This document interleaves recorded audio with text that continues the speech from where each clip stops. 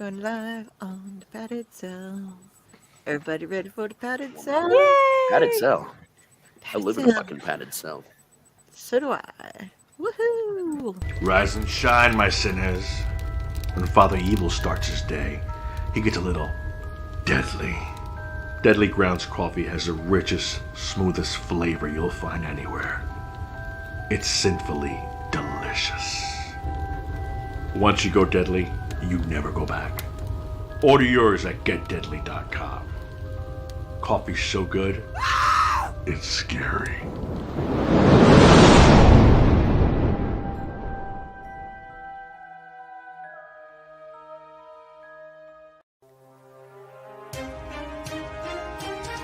The Dorkening and all affiliated shows are not intended for anyone under the age of 18.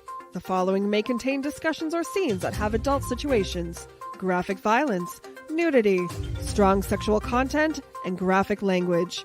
This show is intended for mature audiences only. Viewer discretion is advised.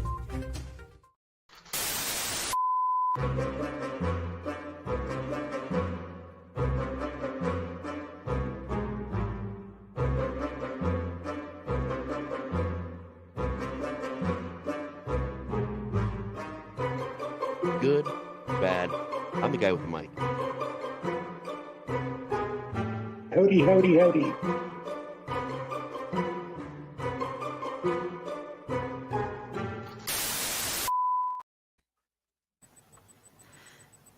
Hey everybody, how's it going? Welcome to another episode of the Padded Cell where we do whatever the fuck we want and just kind of chill and get some pod therapy together. So, yeah. Hi, I'm Dell. What? I don't know what's going on. I got 16 and a half hours of sleep. I woke up at less than an hour ago. So I was telling her she gets like the amount of sleep she gets in a day is like just barely, barely below what I get in a week. Did you say It's crazy. 16?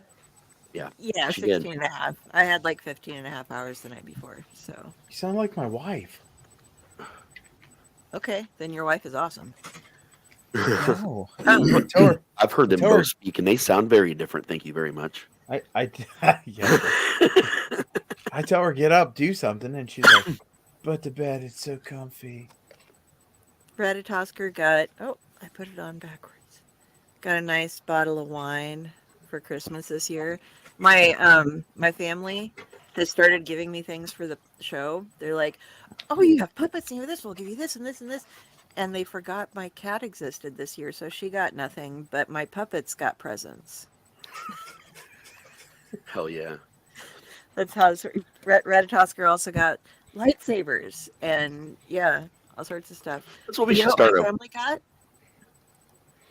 Fucking Deadly Grounds, man. Hell yeah. Deadly Grounds makes for some great Christmas presents, guys. Fuck yeah, it does. For Oh, all the yeah. time presents. Hey, it's Really? Friday. Have some Deadly Grounds. Friday does want like Deadly Grounds, thank you. Exactly. We should talk about what we got for Christmas. That sounds like a random thing we can do. You started it off already. What else? What else is going on? Did you get anything else that you were excited about or that you liked? I actually I have to show off one of the things that I got, but I would have to put down my headphones and move over to go get it. But we do white elephants mostly these days. Just like we do a family trade-off, and yes, I did get some booze and some other cool things. But I think the lightsaber chopsticks that work out for Ratatosker really well. These are awesome. Oh yeah. Oh, nice. Oh, wow. Yeah, these were a very cool present, and I have That's pictures of cool. him with them. They fit, yeah, they fit right in his little paw, but I need to get something to have them actually hold it. Oh yeah. It I'm toasts the glad that bread you while it said- slices it. I'm glad you said what it was because instantly my brain thought Harry Potter.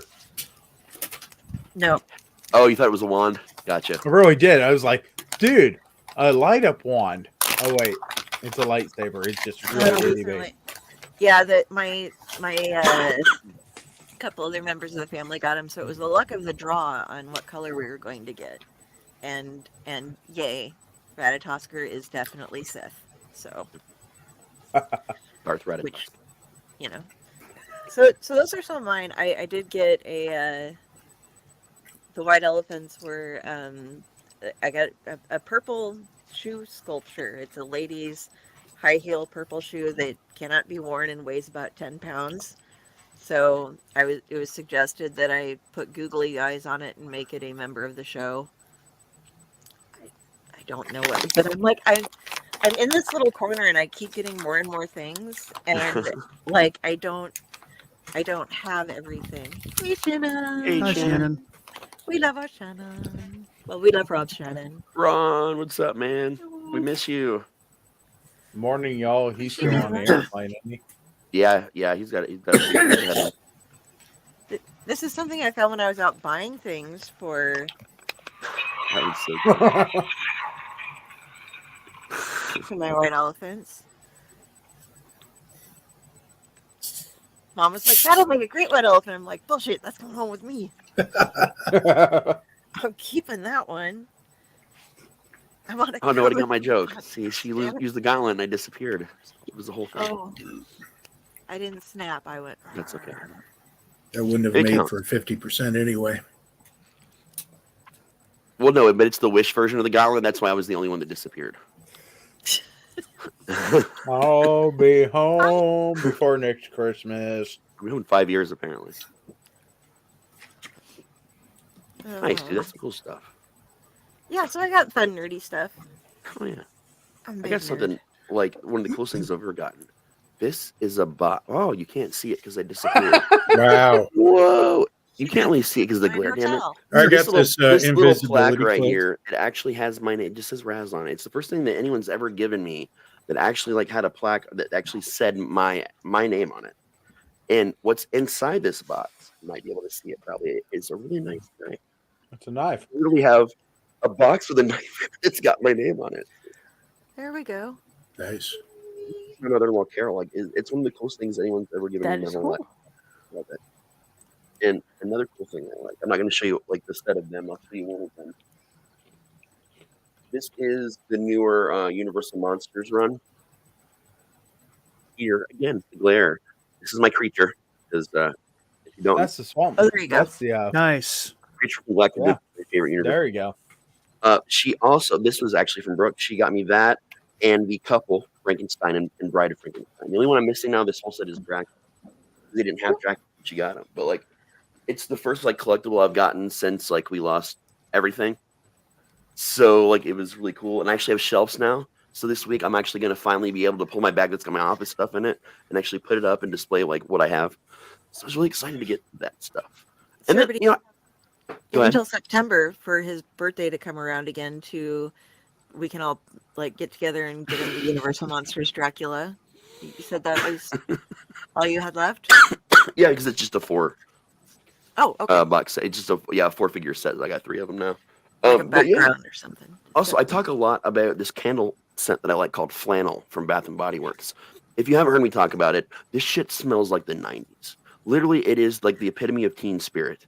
I cannot explain it. It smells like bonfires and flannels and grunge, and literally, when I sit down to write, that's like part of my whole thing ever since I discovered that candle. And I write more because sense memories. So like when I smell that, it takes me back to a lot of the time frames where a lot of the stories I write take place or are inspired by events during that time. And with my eidetic memory and the brain damage, having like different things that trigger memory dumps is really helpful to me. That's how I get the perfect recall I'm supposed to have all the time. So like it really helps me a lot. Well, this year apparently they pulled out a whole line of products. Previously, I had the body spray version of it that just came out last year for Christmas. This year they put out like a whole set. So like it came with like shampoo and just all kinds of crazy shit. And Michelle found out about it in secret and went and got it for me. So now I'm all set to be inspired all the time. Wow. Does it have that back hint of clove cigarettes, patchouli, and coffee from sitting in the back of the coffee house while you're listening? Yeah, On your... a little bit, a hint of it, even a little bit of like when you sit and you like smell it for a little bit, like you actually catch like notes of like different things. But my thing is, I cannot tell if those are real things in the candle or part of the sensory dump from smelling the smell and then it triggering all the other smells from back then. So Quick question. So is that actually named Smells Like Teen Spirit? No, it's called flannel. Oh, flannel. Okay. Yeah, it's named flannel, but I say I it was- smells like Teen Spirit. 'cause I was going to say that the song is actually named after an actual deodorant that came out in 1990 Mhm. that Kurt Cobain saw and went, haha. And if we're talking about fragrances named after bands, there was one in the 80s that was named after Debbie Gibson's big hit, Electric Youth. Ooh. My grandma bought me that. Ooh, But yeah, I Baby mean, Soft. I got plenty of candy, like chocolate and fun things. And instead of like doing a big gift for the family this year, we bought a Switch right around Black Friday, kind of as like a pre-gift. And then we decided not to go on a Christmas vacation and said get beds. So I actually have a mattress I can sleep on now, which is life changing. I did not want to get out of it today. Still didn't sleep that much, but my sleep was very nice. It was a decent little holiday, man. We don't do a lot. We don't do a lot of like crazy stuff. That was probably the craziest thing since we just went down to Disney with no plans a couple years ago. But yeah, I mean, it was a good time. Gifts well received, and I got some cool shit for other people. The winter gift that I gave out, though, I got cookbooks because we've been thinking about doing more things as a family, like experiences, because stuff is stuff. We like to do things together. So I got the Five Nights at Freddy's cookbook I told you guys about for Matt. He loved it. I got the official Supernatural cookbook for Brooklyn. She loved it. And I got the Necronomicon cookbook for Michelle. I was And let about me to just tell mention you, that. if you haven't seen this thing, it looks like the fucking Necronomicon when you open it. Right down to the drawings, the artwork, everything. Even the way everything is worded, to the point that there's a lexicon in the back that explains to you what ingredients they're actually asking for in the recipes, because they're weirdly named. Like, it's Ursus Major for this particular dish. It's gummy bears.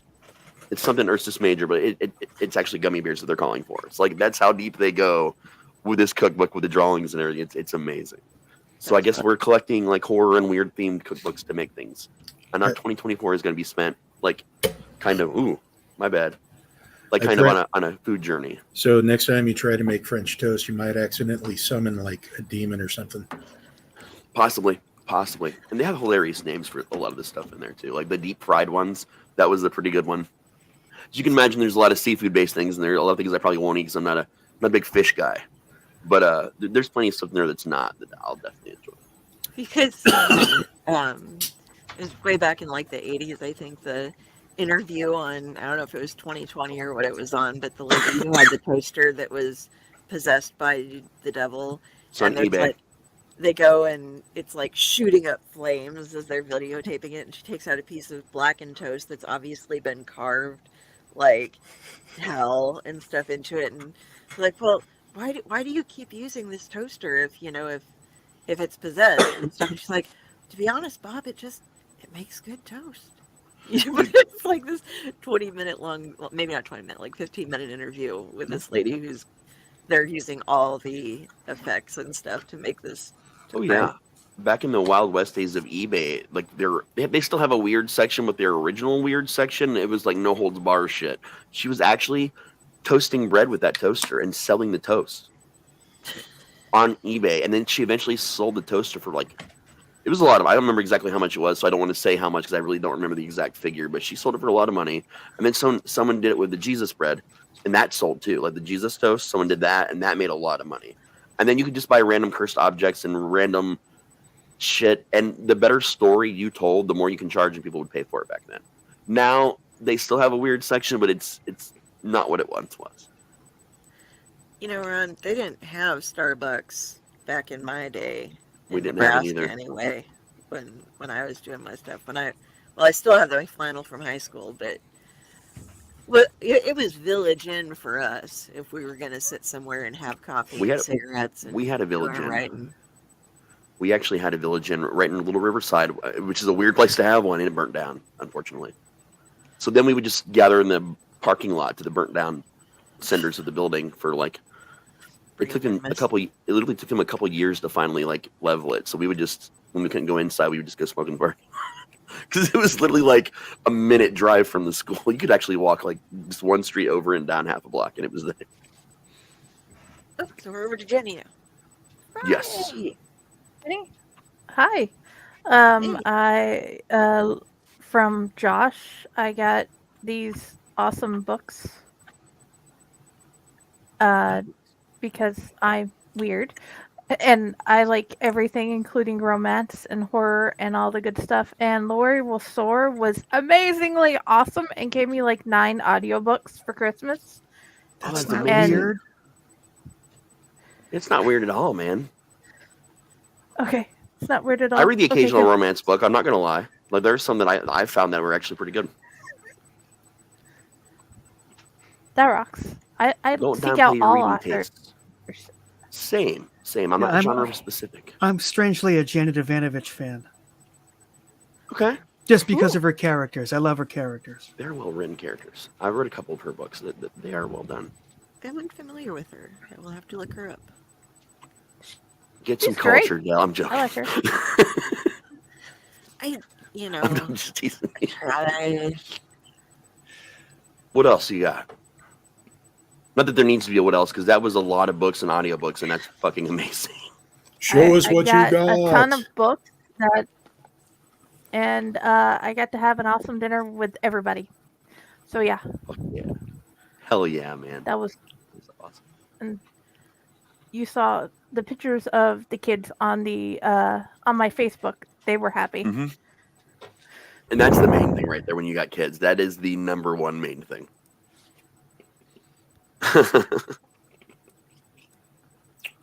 I'm glad your Christmas Eve went good too. Thank you. yeah, when you have the kids making sure, when they smile, that's all you need. That's like, okay, my Christmas is made. Yeah. I got the little ones happy. My kids. I'm couldn't glad stop you smiling. you sent me those videos. It made me feel real good. My God. Oh shoot! I am so sorry. I'm so dead. So Kyle, like Raz, is one of the coolest people ever.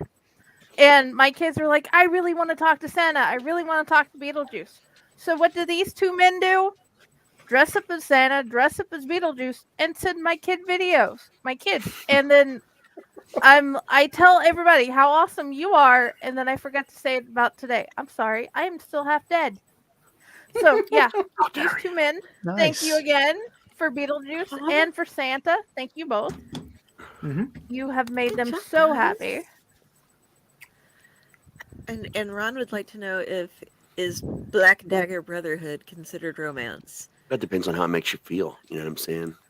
I have really no idea. I don't know what that is. I think yes, it's paranormal romance. I actually like the way that she's vampires. It's a complicated writer thing, but yeah. Has anybody read any of the Black Dagger Brotherhood? I haven't actually, but it got suggested to me a couple months ago as comp reading. I love the idea that they've taken they've taken so all the things that vampires are supposed to be, all the things they're supposed to be able to do, and they've created vampires, and they've created it's been years and I can't remember the name of it, but their enemy. Okay. And their enemy, and they basically split the powers down the middle. And vampires can do certain things, and these Okay. other fucking things can do the rest of the things. And it's like, but the 2 of them together have created the vampire myth. It's a neat concept, but there's an awful lot of sex and romance in there for it to just be straight up horror. So I'm going to vote that they're romance. Hell yeah. Enemies are lessers, and Shannon would call it a yes. It's in the romance genre, but probably hybrid or shared. I like when they split the whole vampire thing. The only time I've ever seen that before, and this is going to make me actually want to read the series we're talking about right now because I hadn't heard of it before. So I'm going to check out Black Dagger Brotherhood. Darren Shan, young adult writer that I fucking love, did a series called Cirque du Freak. First time I'd ever heard of him, I picked up and I read every single fucking book in like a day and a half, 2 days because they're short reads. He did that with the vampires. One half was called the Vampires, and one half was called the Vampanese. And it was very similar to that, where they kind of split the powers, made them enemies. And I think that's such a cool thing. But I really want to see how it's done in adult books versus the kid books. So I'm definitely going to have to pick those up and read them now. These are very adult books. Hell yeah. And I'm prepared, I think, because I've heard a lot of Anita Blake audiobooks. My wife loves Anita Blake. Yeah. So I'm super prepared for adult vampires. I started reading Anita That's Blake, and I was very like, adult. this is awesome. and I'd gotten up to like the circus one or something like that, and then I was going through the dollar store with my mom. We were getting stuff for decorations for something, and I always check their book section just to see what they have, Yeah. and they had Bullet, and I was like, oh, okay, new Anita Blake's book, and I didn't realize, and the entire story, with the exception of like the first 10 pages, takes place in a bedroom, but like she just hangs out there, and it's like everybody comes to her, literally sometimes. What I And, learned from like really reading those like- is that there's like a power dynamic that happens, and it takes like 3 people to create like this insane power. So it's a poly relationship between her, a vampire, and a werewolf, basically, and the 3 of them together like creates this like huge like power. So, James? Okay, so I've read the first 6 books. Each it came in 2 omnibuses with 3 novels in one. Yeah. Another 3. After the 6th one, that's about as far as I've gotten so far too. after the 6th one, I understand that the author Laurel K. Hamilton, she begins to explore more of her own sexuality through the characters, Yeah, because she's poly which as is well. which is fine. However, I how do I put this? I'll just I put it could- I could- bluntly. I could do without the porn aspect. After I got Yeah. really into the mystery and the supernatural intrigue, And her the job was fucking amazing. Like, Right, the the description in her character- job. sense of humor Oh yeah. and everything, and her dynamic with the vampire of the vampire lord of the city, and the Yeah. concept of safe havens for vampires and monsters, and yada yada yada. And then at the end of the 6th book, it just vampire penis, and what may happen if you get pregnant by a vampire, that kind of Vlad syndrome, I believe it was called. Yeah. But they were really greatly written, but I just kind of tapered off going, that's fine, you do you, but it's kind of not my thing. I'm not, how do I put this? A lot of my stories, my own stories that I've written, they're safe for kids too, but I try to have more of an adult. It's hard to describe, really. I'm a better writer than I am a talker. Go figure. What were you gonna say, Jenny? You're not the only one. After book 6, after book 6, it becomes basically porno in words the majority of the book, and it just keeps getting worse and worse as the books move along. You have less of the other and better less and of the other better. parts of the story. Well, it depends on the reader, and then Yeah. you get more of the lovers. See, I think Michelle's And only sometimes one there's behind, and there's multiple like 20 lovers at a books. time. There's like 20 So, some books. it's Michelle's all- read all but like 1 or 2 of them, and according to her, there's only a book or 2 after 6 where it mostly focuses only on that. And while there still is a lot of it in the series, Yeah. from what I've seen of it, so I'm not a big erotic reader, but there are some erotica writers that I like because they tell good stories. And from what I understand of it is there is actually a lot of plot and story going on with all of that happening. And that's my rule for reading erotica. There Like, is, yeah, I'm just but it is a lot of erotica. It I gets, just it want to gets get super the erotica. idea across that there is a lot of erotica mixed in with the story, and sometimes Yeah. there's multiple guys, so it's a reverse harem setup. So if you're Right. going to go in, you need to understand there's going to be reverse harem relationships. Definitely. Definitely. It's a lot of politics going on too, because somehow Anita's ability to, because she's in this threesome or triad relationship going on, if she then sleeps with the leader of this group, then they're under protection of something or rather whatever. Because there's like phone calls being made and people teleporting in and different stuff, and it's like it's a race against time, so that these people will mentally destroy everyone unless they can be protected by falling under this. So we have to like hurry up, get there. We need the orgy going on so that they can just show up in time to participate, so that they are safe from this. And it was like, wow, okay. So it started with just her and the werewolf, and her and the werewolf had actually a really interesting cute. like it was a good relationship. Yeah. She was forced into the vampire side though, because literally a war was breaking out, and it was kind of the way it was written actually makes a lot more sense than what I'm saying out loud because like there's a lot of details I've forgotten. Yeah. But like I in know. this story, it's like when someone's forced to marry someone for the kingdom, sort of set up, which we've all seen and liked in a million stories. That's literally what it is. She just she Games of Thrones it basically. She wienered it. It's like It's So- kind of like Harry Dresden's situation at the moment, this far into the story yeah, of yeah. his series, except that one's less wiener, as you put it, What's up, Rob? And- Rob. What series were you just talking about? The Anita Blake is what we were talking about. And I just brought up the Dresden Dresden. Files. Which Those makes I've sense read. because we're talking about paranormal romance, and I did not know until last year, and actually early this year sometime, that all the big publishing companies consider Harry Dresden paranormal romance for men. I had no idea that it was technically under the paranormal romance category. And that Really? sounds like a fragrance for men. yeah, Paranormal romance for men. men. But yeah, I had no idea that the actual classification of the Dresden Files was paranormal romance. But like when I was told that, I was like, that actually does make sense. I've read everything up to Peace Talks because I waited so damn long for Peace Talks that I just started going back and reading from the beginning so I could finally read it. I mean, he does have a kid, and But I mean, it just never really dawned on me because I always considered that it was just urban fantasy, but apparently it's urban fantasy / paranormal romance. Okay. I'll just stay with my Dr. Squatch. No, Dresden I'm- Files is good. It's fucking good shit. And like even the romance side, there's no erotica in the Dresden Files. Like, I'm doing a quick callback because I was telling you guys that we did the white elephant gifts at my family. Mhm. We get a trophy that gets passed around for whoever picks out. You have a $10 limit is what you can spend. You can go through different websites and stuff or whatever, or go to like Goodwill and stuff, or off of Facebook or whatever, but you can't spend more than $10. And this year's winner was brought by Maddie.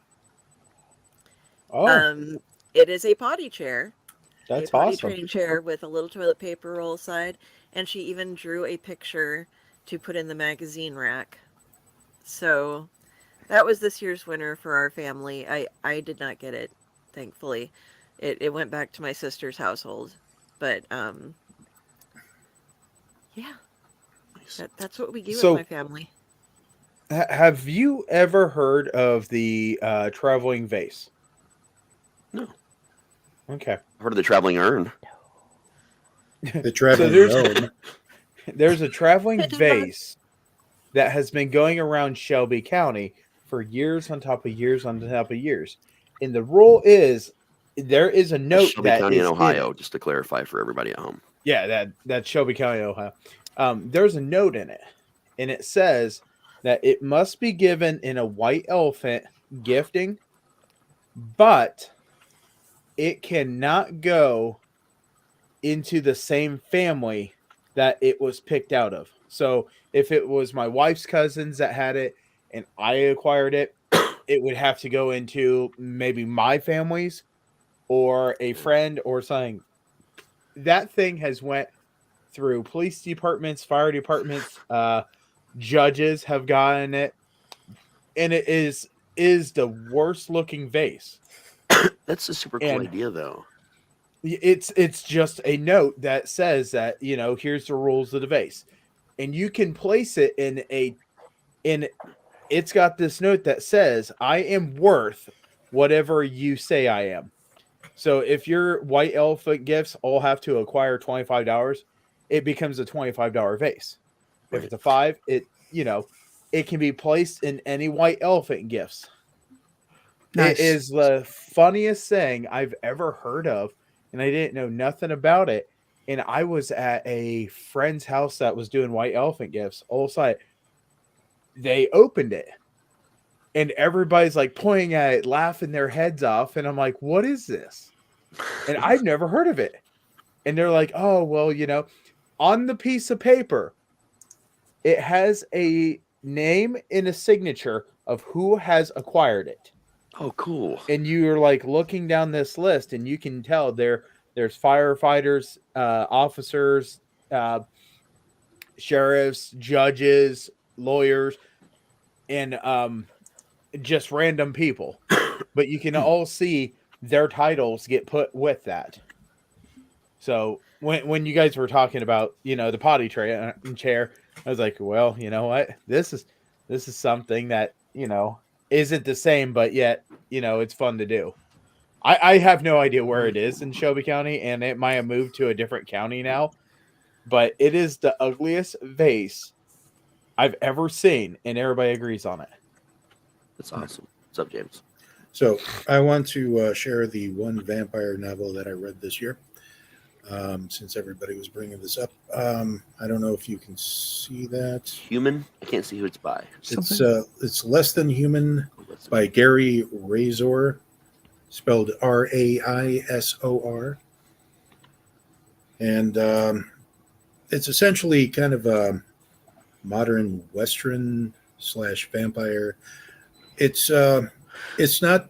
It doesn't follow the usual recipe for a modern vampire novel.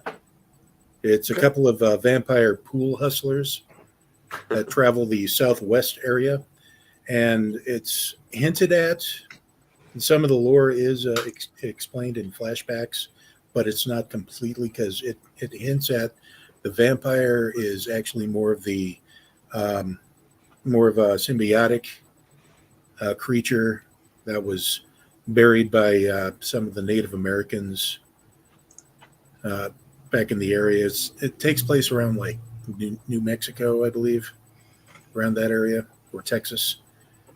And the two guys, the two vampiric pool hustlers, they have ties to this particular entity, but it's very violent. It likes to play with your head, and the fact that you think it's going one way, but then it jukes and goes a completely different route. And it's actually, it went by really, really quickly. It's over like 250 pages. So I would definitely recommend that. Nice.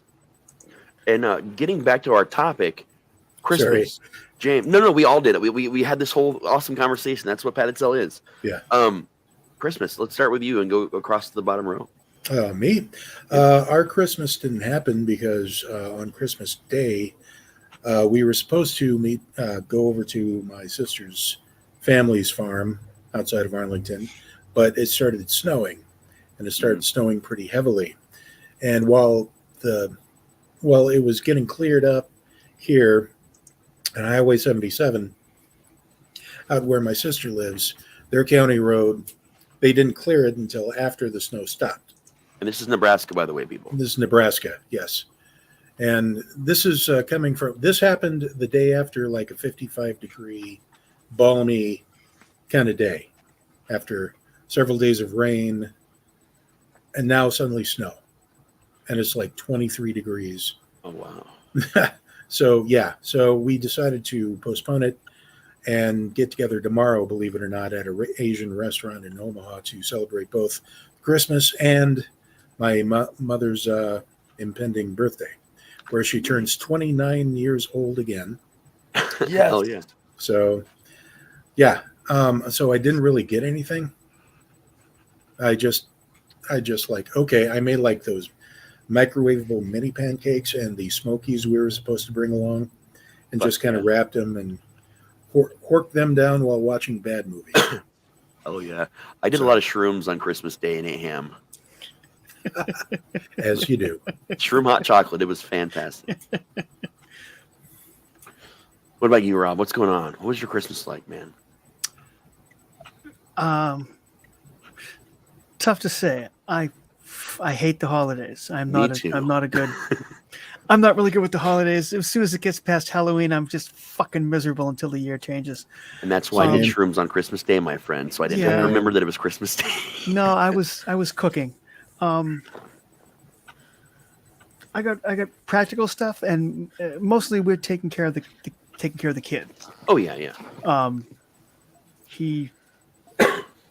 We spent so much on him. we didn't have any money left over for us, but it was fine. That's what we wanted anyway. It's the only thing about me having adult children now because they have their own jobs. That's the only reason I got anything. Well, so yeah, my son's 21, and when he graduated, he tried college. He wasn't happy with it because it was, hi Jess. He was finishing high school at the end of like the COVID lockdown and everything happening remotely, and then he went to college, and it was still everything was happening remotely, and he was like, no, I want to go to like a campus and actually like I've seen on TV and the movies. I want to be college. So experience. He bailed on it early enough that we could get his tuition back, which means he did it really fast, and went out and got a job for a couple of years and figured out what he wants to do. And now he's in school for mechanical engineering. I think that's smart, man. Take that couple years off. So he does not have a job at the moment. He got really used to having working 45, 48 hours a week and having money. And now he's got nothing. So he was walking around saying, I don't have any money. I don't feel bad. Don't feel bad. We get it. Just go to school, get a good job, take care of me when I'm decrepit. We're fine. We'll call it even. It's good. Yeah. I mean, honestly, knowing that your kid is thinking and actively working towards the future is a pretty damn good gift, if you ask me. Yeah. No, he's way better at that kind of shit than I was when I was 18, 20, 21. Yeah. He's way ahead of where I was, and I'm really happy about that. Honestly, I think it's smart for kids, realistically, to take a couple of years off, maybe get a job, see what's out there, like enter the actual world and think, okay, now I know what I want to do if they're going to go to college. Like, you don't have to these days, but take a year or two to think about it and like what you really want to do. Yeah. And he, that was another thing that was annoying to him is like all through high school, you're pretty much told this is what you're taking. This is this is your course load. And then when he actually got to choose, he was like, it's all the same things. And I don't know what to take to differentiate my course load because I don't know what I want to do. Right. I was like, this is kind of dumb. So he went and got himself a job. Now he knows what he wants to do. So I think that's brilliant though. Like my daughter Brooke, she wants to go to college, but she wouldn't take some time off. But she really likes photography. So it's been about that 2-year mark. We're settled more, and she's thinking about going back. And I'm like, just go back part time. You know, you love your job. She's gotten like 2 promotions and 3 raises in like the little year she's been there. She loves the place. And I was like, then just do part time if you still want to do school, and take some genetic classes. Get them out of the way. Just ease into it. Yeah, if you work on your gen eds and take something towards your major, you can see, am I actually going to like that, or is it something that sounds fun and is going to be something I absolutely hate? Yeah. And honestly, even some of the specific courses still transfer to other degrees if you decide later you want to switch. I mean, especially when you're getting your associates, when you're starting, even if you're going straight out to 4-year, you can change your major as many damn times as you want because most of those credits are going to transfer in one way or another. Yeah. I can understand. I know I just jumped in at the end of that though, but the feeling of the I don't have any money and I'm getting gifts and I can't give, and I think we've all had that point in our lives where we've been like, I'm the poor one and I want to be able to afford to give nice things too because everybody does nice things for me, and then I show up with here I got you like a $10 gift card to the gas station because that's all I could think of that would be useful for you, and you feel bad about not being able to. It's like, guess what? Wait, and later on in life, you'll be able to be that person. I wanted to get something for all of you individually, but I'm like, what the fuck do I do? So what I did was I went and bought a subscription to D&D Beyond, not D&D, D&D Beyond and books, so I can literally share fun times of playing D&D with you guys for our D&D show. So it was like together time, adventures. All right. Nice. So where were you, Kyle?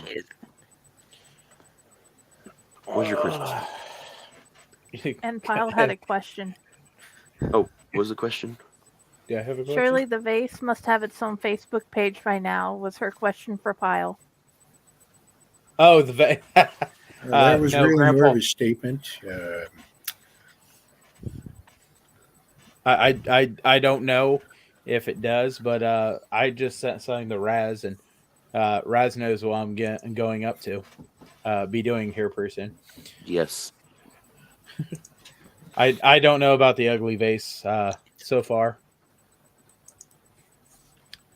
but honestly, Raz and Friday, you both know how my Christmas went. It went with a lot of different things that could have been better, but I will tell you, this is the year of the incorrect size for me. My wife got me a lovely belt, and it doesn't work because it's a special belt that's got ratchet strap or a ratchet on it, and the ratchet's not small enough for me, which I thought that was hilarious. We bought something that was too small or too big for me. My mother gave me a shirt that had Ninja Turtles on it, and it's a 2X, and I'm clearly not a 2X. I felt like Tommy Boy, fat guy in a little coat in it. Been there. The best part of Christmas and the best gift I could ever get is just having my kids be happy.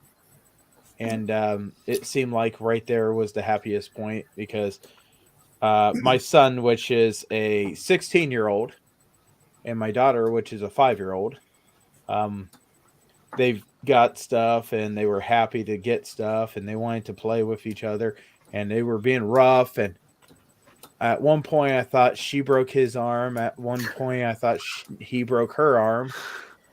They're rough kids, but that right there is like the happiest point. It just, unfortunately, he doesn't live with me all the time, so I don't get to see him. So those special times are exactly that. The special times, she looks at me like I'm here all the time.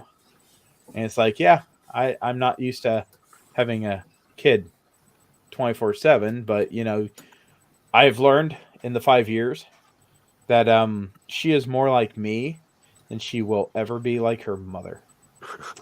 And I feel really bad for the boy that she starts dating in the future.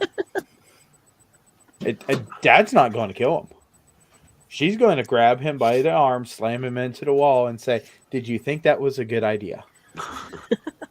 Good idea? But bad idea. I got another gift, and when I got this gift, my wife thought, "Isn't this the best thing?" We tried thou gift, and now she's regretting giving it to me, and she doesn't want to play the game correctly. So, we won't go in much detail than that, because if she finds out I'm talking about the gift, she'll probably come down here and smack me. You can't do that. Like, Oh yes, I "This is a can. cool gift. It's a game that I'm not going to tell you about."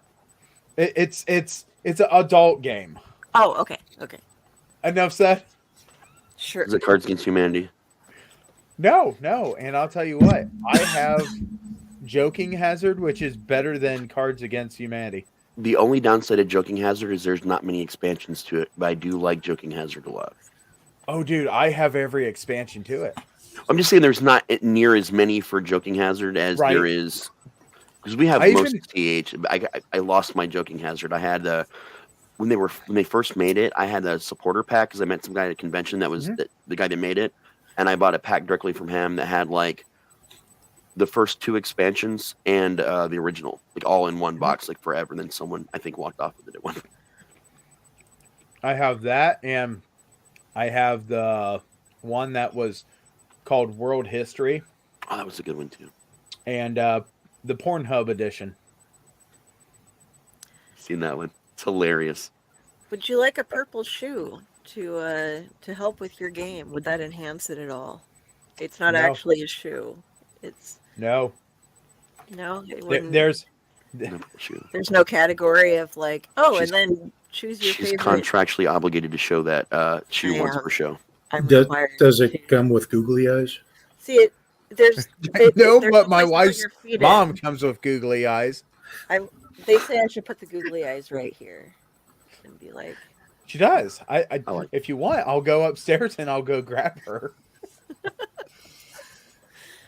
My grandma had owly eyes. I did break into my other Christmas gift. My brother-in-law keeps getting me we call it the sibling gift for the somewhat grown-ups. Now everybody's pretty much an adult, and he picked me up some bourbon. He's like, Larceny. yeah, he got me this and a wonderful. I have it set up so it doesn't get damaged right now. I have to find a place to hang it. An Alice in Wonderland, like one of those framed pictures where they have like the text in the background and then they have the painting up front of it, you know? Oh yeah. Yeah. So. Oh, you have owl eyes? I don't know. The way she was acting around haunt season, I figured she would have hungry eyes. That character, her asylum character, has hungry Hungry eyes. Yeah. She's got daddy eyes. Daddy eyes. Basically.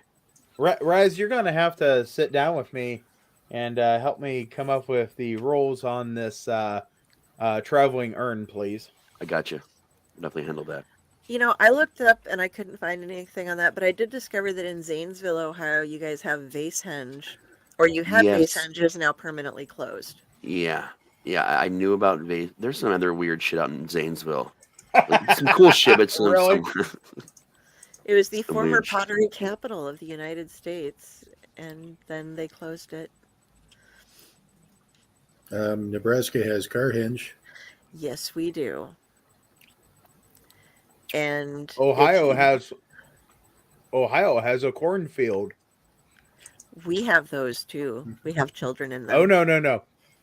In Dublin, Ohio, there is a sculpture called The Death of Agriculture, and it is 6 foot high corn cobs. Nice. From what Raz has been telling us, Ohio's actually just unhinged. It is very unhinged. Well, you know what? There, you can buy an office building that is in the shape of a basket, woven basket. That's here in Ohio. Yep. The about largest steam shovel bucket is here in Ohio. Yeah, we have a lot of the weird shit. Muskie. Yeah. Speaking of Zanesville, you guys ever talked about or ever heard me talk about when I used to do like giant like outdoor festivals with like thousands of people and shit like on stage with my band? One of the biggest shows we did that every year was in Zanesville. It used to be called Woodstock. It was like this big show they did for like 4 or 5 years in a row. Zanesville's a cool place, and they have it's not a Native American reservation, but it's a Native American reserve. And there's like campgrounds, like big spaces, like Native American spaces, caves, and that is actually the property that they had Woodstock on like every year. It's an amazing place, man. Zanesville's pretty cool. It's zany. We have weather. We have caverns. Ponyhenge. You have Ponyhenge? Yeah. Is it someplace to horse around? It's a field outside of Lincoln, Massachusetts that there's a growing herd of abandoned hobby horses and carousel horses and plastic, and no one knows where they came from. They just started showing up, and it's been growing for years. I love it. I've read this Joe Hill story. Shannon's like, I've been dropping them off. That's where they come from. I didn't know about. Someone wrote they included it in a story that I was supposed to be editing, and I thought it was just part of the story, and then they had to get back and tell me that the story is fictitious, but the setting is real. And she sent me some pictures, and it's it's weird. I'm gonna write a short horror story about this called The Horse Hobby. You know what the number one phrase is going to be? What? Nay, nay. Yeah. I want to see that. That sounds cool. Like, do they have one of the bouncy ones that we all had when we were kids? Well, wait. Okay, Jenny would not have had one. Ooh. Yes. Ooh. Sounds I've fun. got one upstairs. The The brown I- ones, and then they have the springs on the side, and you Yeah. like jump the whole frame Yeah. over. I actually We have and, one in the and garage. they got rid of them because it would pinch the children's fingers. Yeah, And legs and Yeah. everything. we're I all used like, to have one of those, Wow. as well as my grandfather's old hobby horse that was hand carved by his own grandfather. Fun fact, we have an original one in the haunt. And the year we opened, there are pictures of Fred trying to ride it. I have that picture. It is epic. He fell off of it like in 2 seconds, but like flipped off the back of it. I had the picture of him falling off of it. That's funny. Yeah, So and Fred is stupid tall. Like, extremely tall. I don't know how tall he actually is, but like He's a I bean have to, like, rail. I look up when I talk to Fred. Like, he's that tall. And Yeah. for him to even think he could get on this damn horse was ridiculous. Made a great picture, though. okay, Pony I would Henge like is my to new thank you, favorite Rob. place. What's that? I had thought I would like to thank you. I had thought I had saw that on Atlas Obscura, and you have proved me right with your link. I love Atlas Obscura, man. Sometimes when I'm Oh, on look at that, vacation, those horses. I just pop on Atlas Obscura and see what weird shit's in the area and go look at it. Sometimes it just leads you to a field where something weird happened once, but it's still awesome. This is a field where something weird is still happening. So Yeah. Right? I'm gonna go there. Like, what are you doing? You going to Mass? You going to Salem? You going to Salem to check out all the witches? No, I'm going to Salem, kind of, to go check out Pony Henge. You can be like, what? And you'd be like, yeah. Come with me. My I friend locked Scott up the talks witch about. weddings already. I don't need to go there. They touristicized it. I'm gonna go Yeah. see the ponies. Oh yeah, my friend Scott turned me on to Atlas Obscura years ago, dude. See I all love the that thing. ponies on the ground. Gonna ride that pony. Let me ride that donkey. Let me ride the donkey. No, stop. No, cutting you off. We're cutting you off.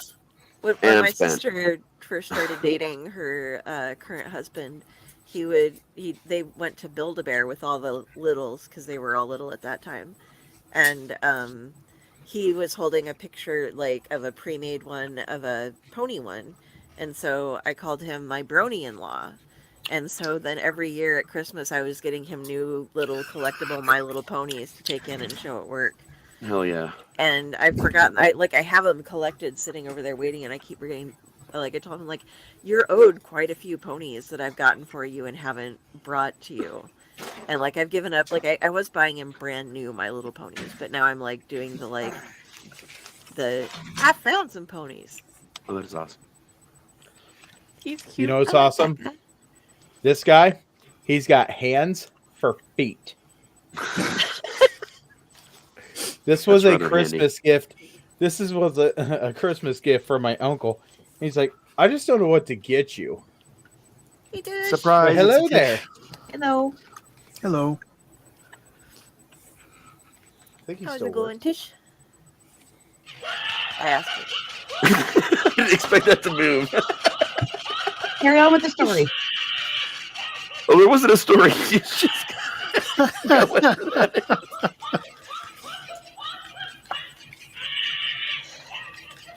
It just keeps going and going.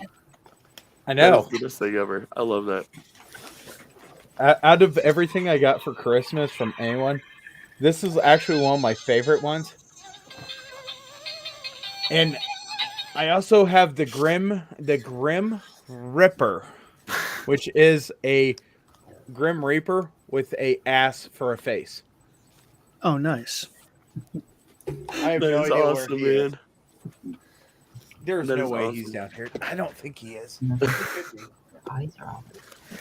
So we do want to take this a quick moment to remind you guys, although we do have a lot of fun on the padded cells, the core reason for the padded cell is mental health. I know we have a ticker we can throw up on the bottom that we just edited recently because we found new information that helped us edit our mental health ticker recently. But if you guys ever need anything, pop in chat, talk to us about how you're doing, what you're going through. You know, we'll talk about it. We spend a lot of time talking about that, but we also spend time scrolling out on this show because you got to laugh sometimes or bad things happen.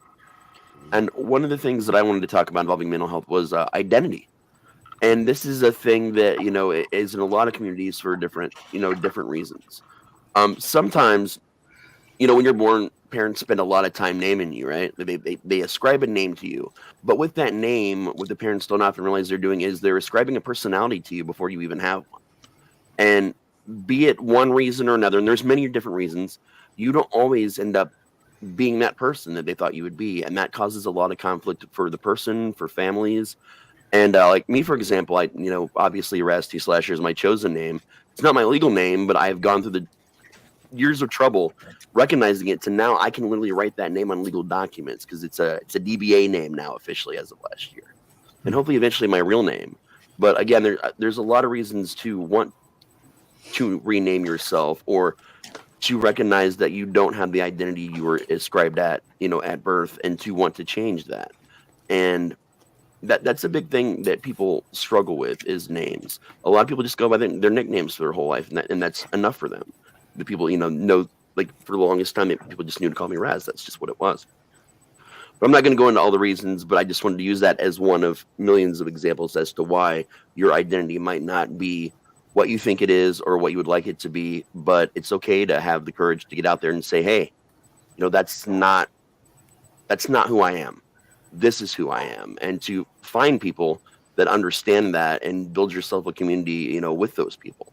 And that's a completely normal thing to do. It's a thing that might help you figure out who you are. And sometimes, a name isn't who you are, but it can help you find out. So that's something definitely to keep in mind, especially during this season. That's another thing I'm hearing a lot of, people talk about, again, for tons of different reasons. And another part of identity is, knowing when it's good and bad to reconnect with your past. All of us have a lot of good and bad things about our past. I get asked the question sometimes, if you could go back and change anything in your past, would you? And my answer is always no. Because if I change one single thing, good or bad, I might not be the person I turned out to be. I'm not the best person in the world, but I'm overall pretty happy with who I've become. I think and we've all even seen one the thing, butterfly effect. Exactly. Like one thing could change that. And there are people that pop back up in my life that I'm like, oh man, I remember why I don't talk to these people, and it led me down bad paths. But then there's people that I reconnect with that I don't expect to, that like I'm really excited about. And I have an example of this too. This happened twice in 1 week. I don't want to give the names because I don't have, I got to seek permission to give the names out and stuff. And I'm not gonna be that guy. But I just found out a very close friend of mine at the haunt. I knew his sister growing up, and me and his sister and our other friend, like the three of us were like inseparable. Like the two of them were friends first, but like we were inseparable for like 3 or 4 years, like straight, and then on and off sometimes. And I had just kind of moved on. My brain kind of glossed over. And out of nowhere, my friend at the haunt was like, I know we know each other from haunts, but I've been trying to figure out where else I know you from. Do you remember insert name here? I'm like, and then I got the brain dump I'm always talking about, where I sit here for like 5 or 10 minutes with all these memories, just details like hitting me. I was like, yeah, I know this person. And he started saying things that he shouldn't know. I was like, how do you know that? And he's like, that's my sister, and she's in my living room talking about you right now. And then a week later, which was 2 days ago, the other person in that group of 3 of us found me at random on another person's post unrelated to any of this on Facebook and was like, hey, are you the person that did this and this, that hung out with these people from years blank to blank who worked here and did these things? And I'm like, yeah, but they didn't go by their normal name on Facebook. So like I had that like period of like 10 to 12 hours where I'm like, who the fuck is this person? And how do they know me? And then as soon as I found out who it was, dude, it was like a part of my memories in my life positively that I got back. And two of the coolest things about this is there's a board game I talk about sometimes called Atmosphere. It's this really fun, used to be VHS game that's a DVD game now, or it's a virtual almost game now, where you sit down, you play a board game with your friends, but you have to watch the videos or whatever, and it's the gatekeeper. And you have to write down what you're most afraid of and put it in this little container in the center of the board. And the whole thing is about going around the board, following rules, doing challenges, getting keys to eventually make it to the middle of the board to conquer your fear. Well, I discovered this game with them because one of them owned it on the VHS version.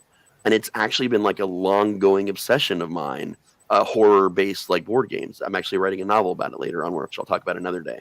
But like I didn't realize that inspiration came from hanging out with these people until the brain dump happened. And then I remembered the first urban legend that I ever actually hunted down and paid attention to, which was My First Lady in White, actually occurred because of them.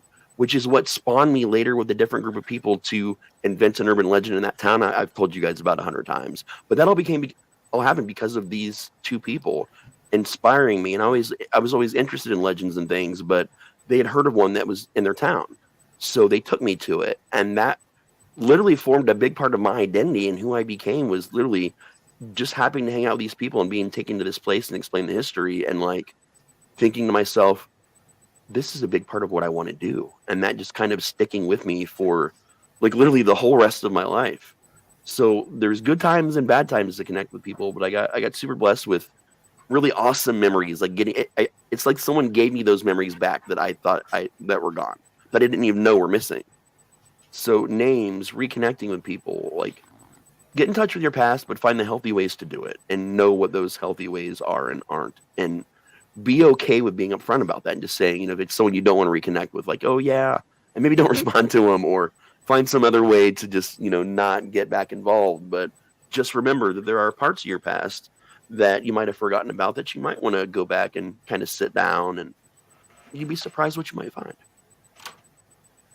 And that's my mental health soapbox / examples. Yeah, I've had some of those where I forgot why I fell out of touch with someone, and then I start talking to them again and realize that it was because everything went to shit and I totally forgot about it, and it's more than likely it was my fault in some way, shape, or form. And then I go, I am so sorry. And I'm even more sorry that I put you in the position of having to try to speak to me again after I was a total jerk to you and didn't remember that I was a jerk to you. I just wondered why we quit hanging out, and now I feel doubly bad, but please accept a 7-year-old apology.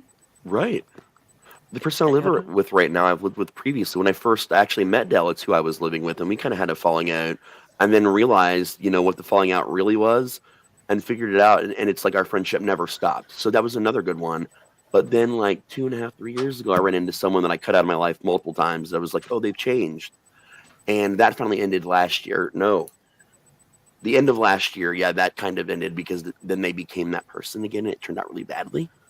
So there's a lot of really good and bad examples, and I'm sure everyone's life of that. But reconnecting with your past to help you remember who you are or who you wanted to be, along with a name, those are two things that you can do to help kind of figure out who you are if you're lost along the way or whatever. And that's a big thing people talk about with mental illness, especially when you get to that point where you might need the information at the bottom of the screen. You lose your way, and then you feel like you're no one or you don't exist or whatever, and you kind of lean in that direction. And just remember, there are things and people that you've met and done in life, or objects or something, where you said to yourself, this is me, this is who I am, this is what I want to do, and it became you. But why? And it's good to remember why. I became a crow. Exactly. I became a hazard. To everyone around you, I'm joking. My Not mom had used the to call honor me a of walking working. disaster area because I'm that clumsy. And that's why you can't bring weapons to the dungeon pile, because you're a hazard. You mean the Olsen twins? Yes. No. Art thou a duke? A Duke of Hazard. If we can I have one of those? Please tell me the story again. Please tell me the story again that little kids do with Raz for the first urban legend that he created, because that's one of my favorite stories of Raz's, is how he made an urban legend. That was a lot of fun. This is fun. Think about this, kids. I was in Be safe, though. my first college broadcasting school, actually. And we didn't necessarily have a project about horror or anything like that. It was actually a psychology class.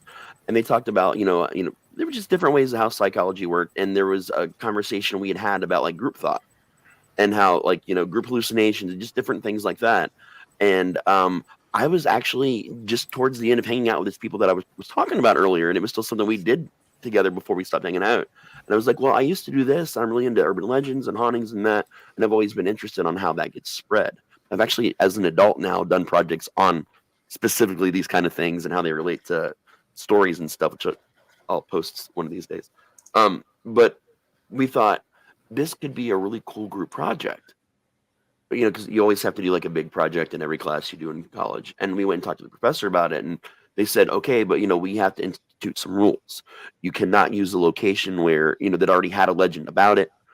None of these things. So you have to find a location and then research it and bring me the research so I can approve the location. Literally, this was just an old house. It was owned by someone, but it wasn't completely in disrepair, but you could tell it was older and needed love. You know, it was an older house. The city actually ended up being the ones that owned it. They had a lot of plans for it, time, you know, here and there, but just none of the plans ever kind of really happened. So we looked it up. We did some research. We talked to the city to see if we would even be allowed to do something like this. Didn't want to waste our professor's time. We explained that it was for a school, what it was about, etc. We also, I don't think I ever mentioned this before, we were in broadcasting school, we did audio and video. We actually agreed to do some videos for some events that was going on for the town. I won't say what town it was. I'll let you know that it was in Ohio within an hour or so of Dayton, but that's all I'm going to say. So, you know, we got permission. We ended up doing some promotional videos for these events for them later. Just kind of a trade-off. And of course, we had to let them know how the project turned out, which they found out really quickly, how the project turned out. So we got everything approved. It was all done. We were also in contact with, you know, the fire department, emergency services, the police. So they knew that we would be there, obviously, because, listen, we were dumbass young kids, but we were smart enough to know we didn't want to get arrested for a school project. So we did the right thing here. It's very important if you're going to do criminal investigations or invent your own urban legend that you please contact the local authorities for permission and, you know, knowledge of what you're doing. So we started off by putting a rocking chair in the window, the top window. And it was kind of on a country road, but it was close enough to major road that this was a place that people often passed. And we put it on like this little air pump. So like ever so often, the little air trigger would go on because the place still had electric. It would trigger. It's like a pneumatic device, and the rocking chair would just rock a little bit. And that started it. And within about a week, we started hearing a story or two. And the town that we chose, one of our friends lived in, and his little brother was going to school there still. He traveled a lot for, you know, college and for some other things. He commuted and did a lot, so he wasn't home a lot. But what we did is we waited the week, and then a couple people, you know, we heard mention about it, you know, his brother at school, some things like that. Well, then we actually wrote a legend about an old woman who had been murdered there, and, you know, et cetera, and we told this story in depth to his younger brother, assuming that would be like a source of things to spread. And it was, because the second we told him about the legend, he went back and he started telling his friends. And you can mark this because the cops were able to help us notate people that showed up to the property, like at certain times, like not like who the people were or license plates, just like the number of people, like noticing that there was more traffic to this location than normal. And then suddenly it became like a spot where kids would dare each other to go into it. It went from the kids, it spread to the parents. Then it spilled to like the elderly population. Within 3 months, everyone knew about this legend. Everyone had a little bit of spin, but different communities handled it differently. The elderly population swore it had always been a legend. Some of them even claimed they knew the woman that died there. Like this thing like blew up in just 3 months and became the legend of this whole town. The legend. And so eventually we did put a mannequin in it. We put like an older, like what looked like a pretty old, like flower printed dress in it, you know, but we didn't put a face on it because it's up in a window. And eventually we would put this little light in with the pneumatic device. So sometimes that little light would come on, and it was a green one. It was the green LED. So like a little green light would come on too when the rocking would happen. And then we put it on a timer. So then it wouldn't just happen at midnight. It would happen at any time during the day at all. I think it was like every hour, like offset. So it wouldn't be at 1 o'clock. It'd be like 1:07 and 2:07. Like, and that became a thing that later people noticed. So now we're 6 months in. We've rotated. We've changed details about the legend. And every detail that we've added, we're watching the legend grow and morph and change. So now everybody is having different versions of what they remember. And they've birthed this entire thing. Then, out of nowhere, we didn't plan it, she got a name. And this is, I don't think, like I said, I've ever really told like the depth that I went to before. Her name was... Oh my God, what was it? Maggie. They called her Old Maggie. Just Old Maggie. That was the name that came up with her. So then it was the legend of Old Maggie. and it just grew. And then there were people that claimed that they were related to her. All of a sudden, we got that they thought it was a Maggie something or other, and they contacted the local sheriff's office and the historical department, like, is that the Maggie so and so? So then we had to let this family know, like, no, this is not your relative. This is something that we invented. But we ended up getting A's in the class. We were way more detailed than we needed to be. But then we used that story into some of our broadcasting classes and ended up being able to transfer that project, because we weren't in a psychology class for 6 months, into other projects to like chart the growth. And then it was about how, you know, media could affect it. So then we started doing little videos, and we put them up in weird places. And this was right before YouTube was really getting big. So we would put them just anywhere, like different internet websites that we could find that would accept video uploads. And we just started kind of doing things with it. And then it became a legend outside of the town, and the legend grew to other states even. And of course, we'd also in our free time tell one of our family members to see how far we could spread it in our own city, and that over there. But I can tell you for a fact, and it's weird that you bring this up, because I just had a conversation with one of the people that helped me do this, so I still talk to, the one that still lives in the town.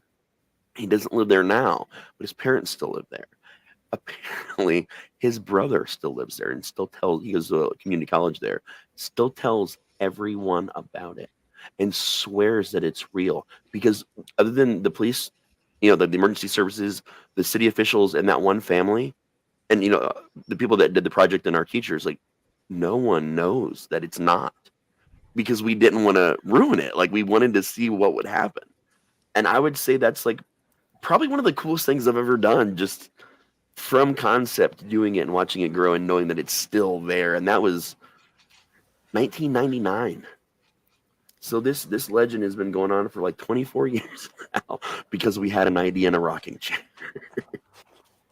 You made it tulpa. Basically, more or less is I think what it turned into. I think that's how Slender Man started. Slender Man. It was a whole project. Do you mean actual Slender Man, or are you talking Slender Man? Slender Man. Slander. Yeah, because Slender Man yeah. exists, but he was the joke version of Slender Man and became a thing for a while. I just wanted to check. Okay. Yeah. So the way I was understanding that, it was a group of kids in college that was just trying to see what they could do. Nope. No. Okay. Raz knows this one too. I'm obsessed with Slender Man. I love everything Slender Man. So there was a picture contest on a website. That's it. A guy created a picture image and posted it. He won the contest, and it was so well done. It's the one where you see him standing in the background, and there's a big slide, and kids going down the slide. That was the original picture. A guy just literally created the image and put it out there with no explanation for this contest. People started grabbing it for creepypasta and all kinds of other stuff. Then people started claiming it was real and started connecting it to actual mythology in different countries throughout the ages. And they found connections to all this stuff. And then creepypasta people like me started writing stories about it to fuck with people. And then the next thing you know, everybody thinks it's real. And this thing spawns out of control. I even did a 2-season web series about Slender Man, like a fiction, but that was a lot of fun. But it spawned some other, like Marble Hornets, Everyman Hybrid, like it spawned ARGs, like big cultural shit. And then there was that big case where the two girls decided they were proxies with Slender Man, invited one of their friends who they'd kind of lost contact with, sort of like they didn't talk as much, to an overnight, like a sleepover. Well, then they played hide and seek, and they basically stabbed her multiple times and thought they had killed her in the woods, but she had drug herself through the woods to the road, and like a car found that she was found and taken to the hospital. And like that's a crazy case, because they're still in the middle. Those two girls that did it are still in the mental institution.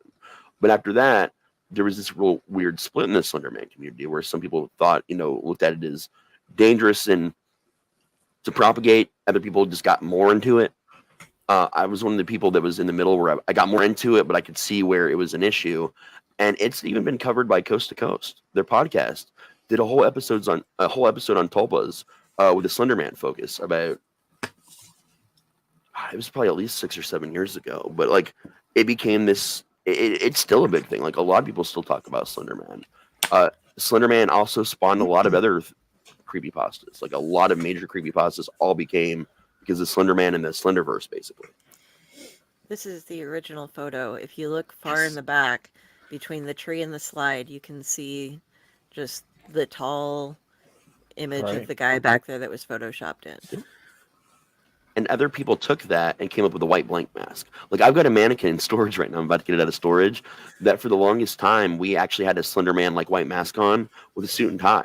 We had it for the web series, but then we changed it and put her in a dress, and she became Slendina. But like that's a big thing for me because it's part of the whole urban legend. But it was an internet legend, and when that happened, like I always think about urban legends like the one we created, like being in small towns, or like Bloody Mary that went worldwide, things like that. And that was like the biggest, coolest. Like they did Momo and a bunch of other stuff since then, but like that was like a revolutionary step for the urban legend community, really, to have that blow up the way it did. Yep, Slendina. There's a bridge outside of St. Mary's, Ohio. Yes, And I do believe it is called the Bloody Mary Bridge. it is. Yes, I know all about. I love that. I used to go camping out in St. Mary's. It's one of the places my family would go. There's I just got done reading a novella that was called The Paper Mache Man. I've read that. That is Okay. actually pretty decent. Yes, I I found it enjoyed that pretty one. decent. This was coming off of reading another novella that was really poorly written, so that was a good palate cleanser. Highly recommend the Paper Mache Man. It was a really good, really good story. I will bring this up. You know how I said that my kids were getting along this weekend? You changing your One mind? of the no, I'm not going to change my mind. One of the things that actually happened was my daughter was talking about different stuff, and all of a sudden my son pulls out this book I got him for Christmas last year before, and it is the crypto. It is every cryptid that you can find, and they've put in a book. And Hell yeah. here he is, because he is into Mothman so much Me too. that he goes ahead and he's like, so you do this. And when we went down the Mothman Festival, we actually got learning your ABCs with Mothman. I have never we got it gotten to for go Raven. over there. It's only like a 3.5 hour drive or something. I've still never gotten to go to Point Pleasant ever. They Oh, have recently you need to released go. a Mothman squishable in Yeah. different sizes. And Yeah. he's so You showed I'm that all to me. about the squishables, man. Well, for Christmas, I got him a Bigfoot and a Mothman, which is like rubber squeezy things. And if you turn them around, they have butts. Yep. I've seen those. Because the number one thing at Mothman Festival is you have two lines at that statue. One line is to take a picture of you and Mothman together, and the other line is for you to go up to the back of Mothman and touch his butt. Yep. I've heard that. The printer that my buddy that's the printer Lucky, he has Emmanuel Graphics and Warp Speed Printing. It's who I got my cards from, and you hear me talking about this a lot when I get the banner in for tables, because I'm excited about this convention banner for the podcast network. He did pins. That's one of his big things, is enamel pins that he prints and makes. And he did like a chibi version, chibi, whatever it's called, a version of Mothman as a pin, and it is amazing. I'm in love with it. We need chibi versions of Rob. Just cute little Scary Rob. as fuck. Yeah, that's what it says at the bottom. Oh wait, let's hold on. The butt. Jump over to James. What? Yep, the butt. Yep. It's like perfect timing. There we go. Honestly, I'm not gonna Yeah. lie. That's the reason I like Fallout 76 so much, because like Mothman's in Fallout 76, and like they put the Snallygaster. Actually, like a couple of the people that were in that cryptid SmackDown thing we did in that wrestling show we did for a while, actually a bunch of them were represented in, in Fallout 76. When you're playing the game, you run into these things and have to kill them. Sheep Squatch is in the game. There's a bunch of them, man. It's super cool that they included that into random Fallout shit. So That was we've my had favorite. we've had Tish here for a while, and she's been on mute the whole time. So Tish, what's up? How was your Christmas? How did everything go? How you doing? Tell us you what you doing? got for Christmas. Tell us about this book you wanted to help us learn about so we can deal with our grief. Tell us about how awesome being Tispration. Because Tish makes everything better. Christmas I, is uh, quiet. and I got a book, and he got a tin of hockey cards. Oh That yeah. was our Christmas. We were planning a trip to go away before Christmas, and we didn't get it all together, so that's going to be delayed. Whenever it happens, that'll be our bigger Christmas thing, and we need a couch. Hell yeah. Yeah. So That's we're us with the saving beds. up. Like, we really need beds. So, yeah. So I got a good book. If anybody's a fan of Jacqueline Carey, Castiel's Servant, just came out this year. I was very excited to find out about that. So Nice. hardcover. Gotta figure out how to get it signed someday. I think I need to meet her. I wrote her an email once and she replied. I almost fell out of my chair. Back when I was first starting to learn about Nano and really take it seriously, and I sent her an email and asked her, they have guest speakers. Would you consider being one? And she declined, but she was very polite. Hell yeah. Because I just don't know what's not okay. I just try things and find out. Honestly, there's nothing that's bad when it comes to that. Like, I've met a lot of really cool authors and just people in general from all kinds of things just by saying, you know what? What's the worst that can happen if I send a letter or email? The person says no. Yeah. And I move on and try the next person. I've been working on that a lot lately. We're working on getting more guests on different shows. And like, Rob was super lucky for me to get a hold of him. And it was To kidnap because of him and a a panel man. mutual friend that was like, Rob is awesome and he does not promote himself enough because I don't know.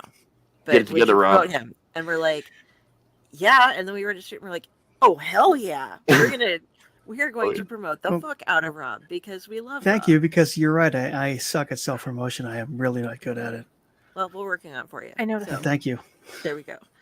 But yeah, I've been reaching out. We've been reaching out to a bunch of comic book artists or creators of the comic book anythings for splash pages lately. And we've sent out like probably about 50 invitations over the past month to people and working on new stuff. And I'm like, okay, I've already gotten Howard Mackey. I got DJ Chester. I got a lot of my like big like would yous, but I was fortunate enough to meet them beforehand, so I kind of knew that they were going to be like yes. But reaching out now, it's just like, I mean, the worst they can say is no. So yeah, if I, as long as you aren't just like, we're like working out a static letter, so we're kind of professional. But I think with some people, even depending on their personality, I want to reach out to Chip Zdarsky, and he is a nut. He is a super big goofball. And so it's like you almost want to write like, make sure the important stuff is in the letter, but also be maybe a little bit goofy or something when you're, like be like, I totally saw your video about this, and yes, I believe in, in kind of some stupid shit or something that he had mentioned, and be like, yeah. And reaching out though, it is hard, but it is like, what's the worst? It's a no, and then maybe you try again later. Sorry, I do that. I'm like, oh yeah. Yeah. Well, what are you apologizing for? I missed the necessity for the apology. The necessity for the apology is that Dell suddenly jumps in and just starts rambling on and on and on and on. I'm the squirrel wrangler over there. Are you I'm supposed to Canadian? stop the squirreling, but You are the squirrel here. Are you am the Canadian? squirrel. Yeah. No, but I apologize like, profusely. I'm an Anglophile. This is the part of the show where we stop and ask Del if it's okay if we talk. So that's an inside joke. It's something that happened like that. So She put to a get- suggestion for the show. Please continue. Yeah. In regards to the book I was mentioning, I have been helping a client who acquires clients who want to get books out, and so I'm doing a lot of the behind the scenes work on several books, and one of them is coming out on the 3rd of January. It is a short read. It is called Turn Grief into Grace, Ready for the Journey. And because of the sticker line, is that what it's called down below? And the reason that we show up here, I thought it might be something that may interest some of the viewers and maybe some of the panels. Yeah. Definitely. I was looking for another one but I don't see it on Amazon, and I'm confused. But that author was a little bit different to work with, so I don't know what happened. We got the book out, and now I can't find it. No. Okay. Yeah, if you find the book, put a link in, and we can post it up. Or Oh, Jenny, I've if already you have put it on the page. rock on. It's already done. I sent the link to Jenny Gotcha. in his Oh. book, so she could do that. And Something yeah, we forget to Amazon do is on- incredibly not helpful in actually finding what you're looking for. Oh, I have the title and the author, and I don't think I could even find the author page. I think she did that too. Like, I don't know what she went through after she published her book, but it's gone. We currently, because padded cells aren't a huge, we let anybody. I'm not saying this as in like saying anybody sucks who's here, but we let anybody and everybody hop in and on, so we don't know who's going to be here, so we don't put up all the lists of everybody who's here beforehand. We might go in afterwards and put up links, especially for things that were mentioned in the show after the show is over. So currently, if you look in the show links, you're not going to find much, but we can do this afterwards.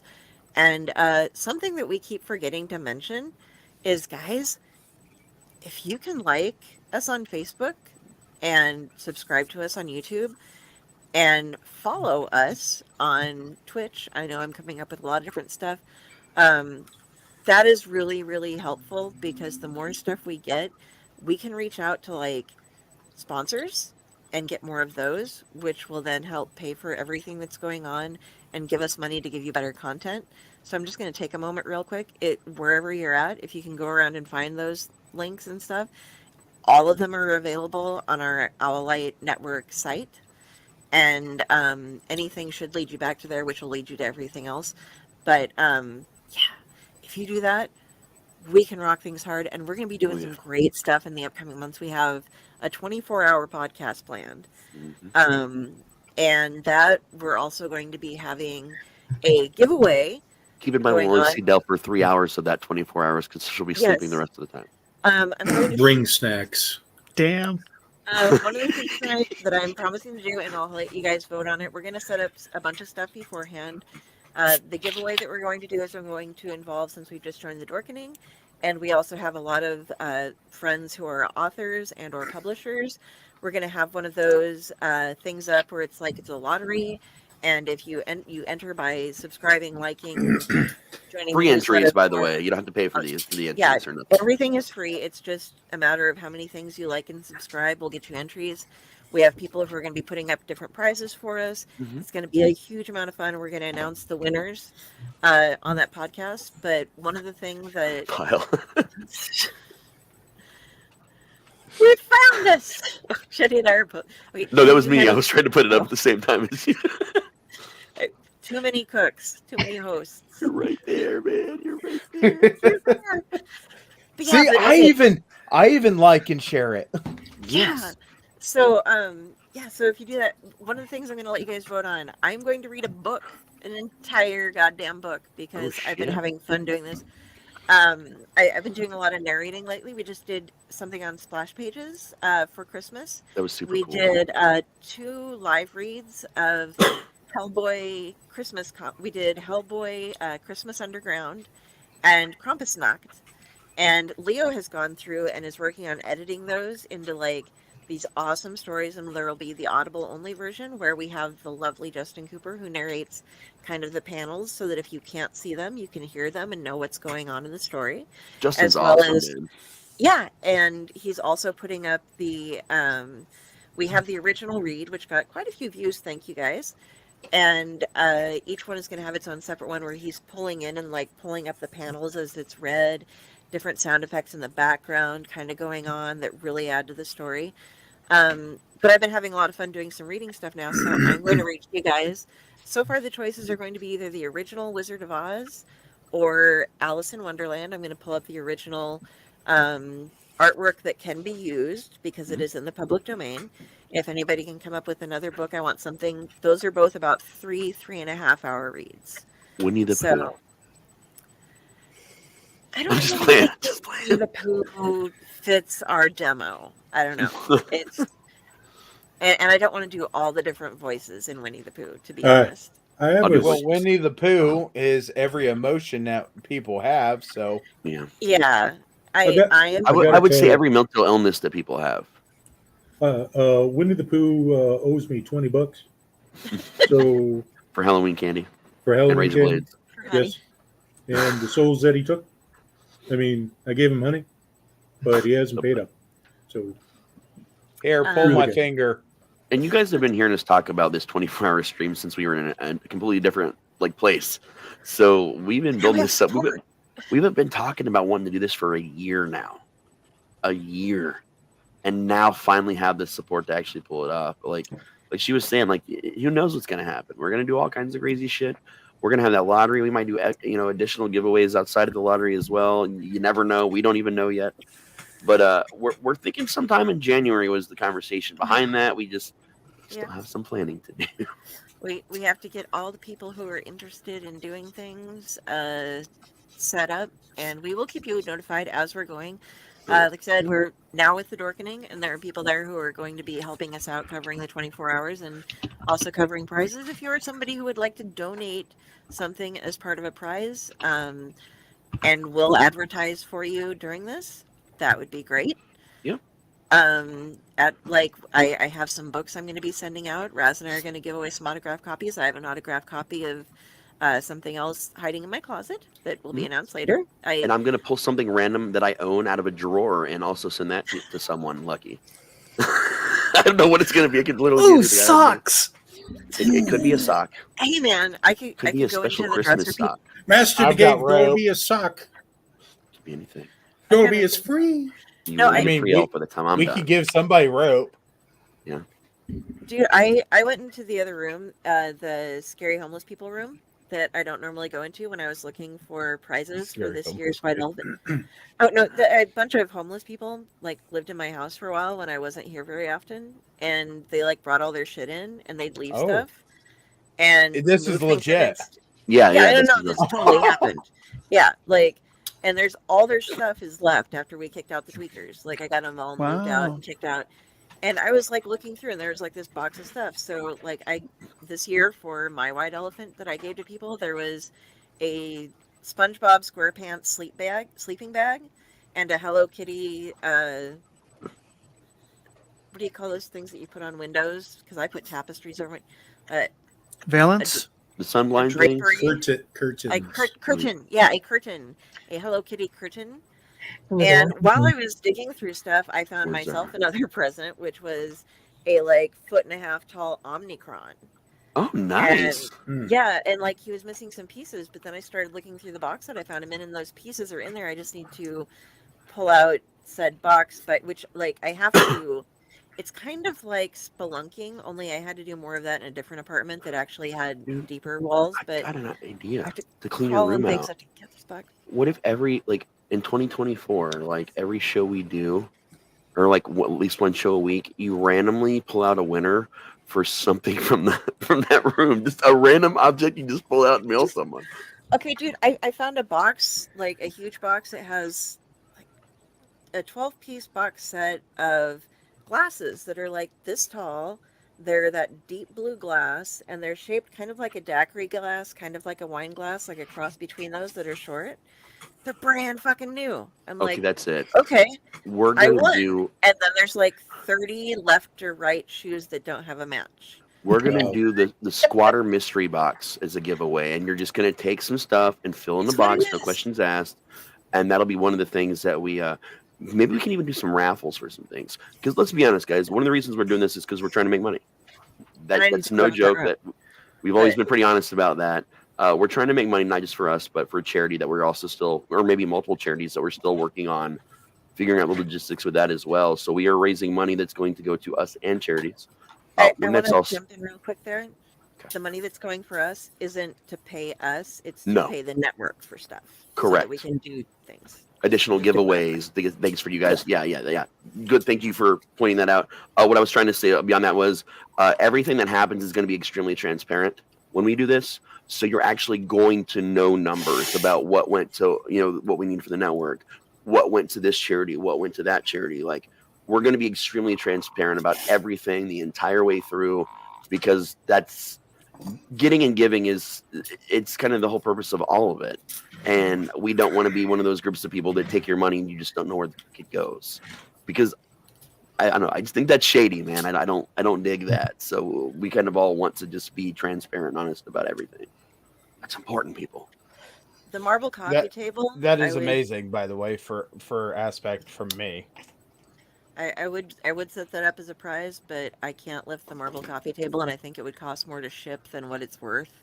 So Yeah. So if you want that, you would have to travel to get it as a. homeless people had a marble coffee table, and they decided that it belonged in my spare bedroom. I literally, and I have pictures of this, so I can prove it if I'm ever asked. I'm not going to try to dig them up now.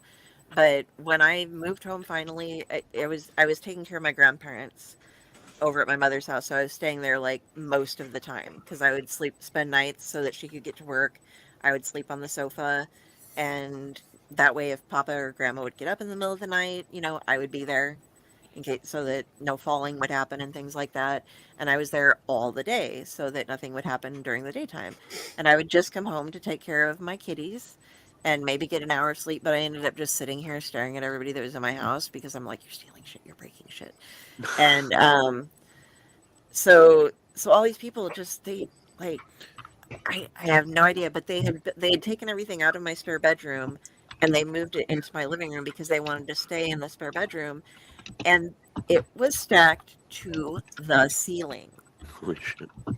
Literally to the ceiling. And I would like, I have pictures of going through and trying to take stuff out, and the process, I still like have some things in here that I can't move back in there because there's no room in there, like an exercise bike that before I was able to use, so I wasn't getting this little extra chin and stuff because I had my spare bedroom where I had my stuff, and now I have a spare bedroom I have to climb in when I get into it. I can't walk, and I'm scared of needles in there, to be quite honest. So Yeah. Yeah, no kidding. Yeah, no bueno. Shannon, it was because my XSO wanted to be a white knight and help everybody, so he thought that letting all these young homeless people stay would be a good thing, and he was like helping people get off the streets, and I'm like, no, you're just helping them do drugs in our apartment. And he was like, but the rule is that they aren't supposed to do their drugs in the apartment. And it was like, do you think they're paying attention to you when you're not there to watch them?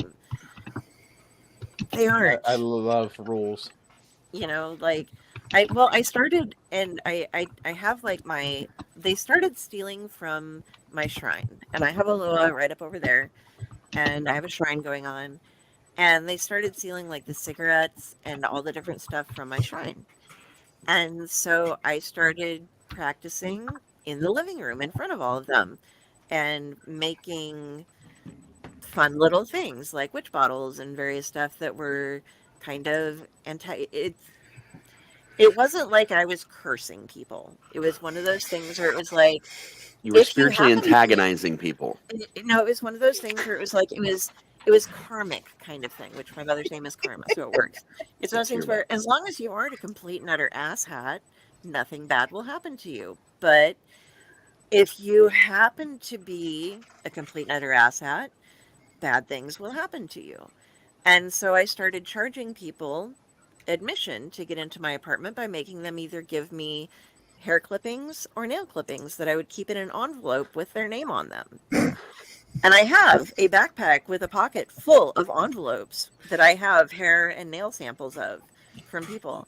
And I became kind of my own urban legend for a bit in town because one of the guys was like totally freaked out about it, and he went over to one of the more well-known esoteric shops, I guess is what you would call them, and was asking like, so this girl's been getting our hair and nail clippings when we go in her house, like what? And she has these bottles, and she was like grinding up and burning things and putting them in and making stuff, and like she was this knot stuff and put little hanged figures in them, and there was some blood and shit, and what was all that? And they're like, that is this, and we're going through and explaining how it's like this horrible cursing witch, and so it scared some of them off, which is good. The more people you have who are scared away is a good thing. But yeah, so I became the Witch of G Street or something like that for a while, which was Oh, Maggie. yeah. I'm the old Maggie of Lincoln, Nebraska. I also heard before this all happened, I was another legend in my building because I was the longest person who'd been living there, and I never went anywhere because I have epilepsy. I can't drive. And you're so pale, you already look like a ghost. Yeah, and so I'd hear people coming up and down the stairs, and they'd be like, "I've heard that there's a lady who lives in there, and she has cats, but nobody ever sees her." and I was And like, then I would start showing up once a month. "Oh yeah, you came after all of that though. This was like Okay. way back in the day." And they're like, "Sometimes a guy will come out of there, but the lady nobody knows." And my neighbors were at one point questioning my significant other because they thought that the homeless people had killed me, and because I hadn't been home. They I did, wouldn't but on be the home for, like, inside. a week. But so yeah, so they were just like, we're doing a wellness check on her. Where is she? And they're like, she's staying at her mom's. Oh, likely story. So I had to like go and prove that I was alive to my neighbors because they were like gonna call the police and report me dead in my apartment or something. And yeah. Wow. So anyway, that leads us to the scary homeless room where I go in and You expect us to believe that she has a mother? And we're raffling stuff off from the scary homeless room yes. on the 24-hour show. And also, llamas and hats. I know Jenny has a lot to say about this. Jenny? So, which are we doing? The actual llamas and hats that are in Navasota? Are we doing the ones that are on the show on YouTube? Which one are we talking about? You choose. I just haven't done a really random transition to you in a while, so I thought that was a good time. Yeah, but I we were usually talking have about that llamas would and hats qualify. the other day. Carl, that And kills llamas? people. Yeah. Exactly. So you can either go Suicide. find That out has a how lot to say Carl about that. kills people, or you can go to Navasota to the farm where you can actually see these animals in their hats and you get to pet them. It's great But for don't let them children. eat the hats. It's a problem. Yes, but You just reminded me. At I one need to go get point, her Tish- number. Tish was actually telling us about something like 25 minutes ago. Let's get back to that now. And Tish, then we- you're on. Totally got off topic. But where was I? This is our You latest were- member. This is Fergus. He is our Scottish Highland Coo. And I got him for Christmas. Well, I got him for my birthday, but I got him at Christmas because she hadn't seen me since my birthday. And he is from followyourlegend.com cows.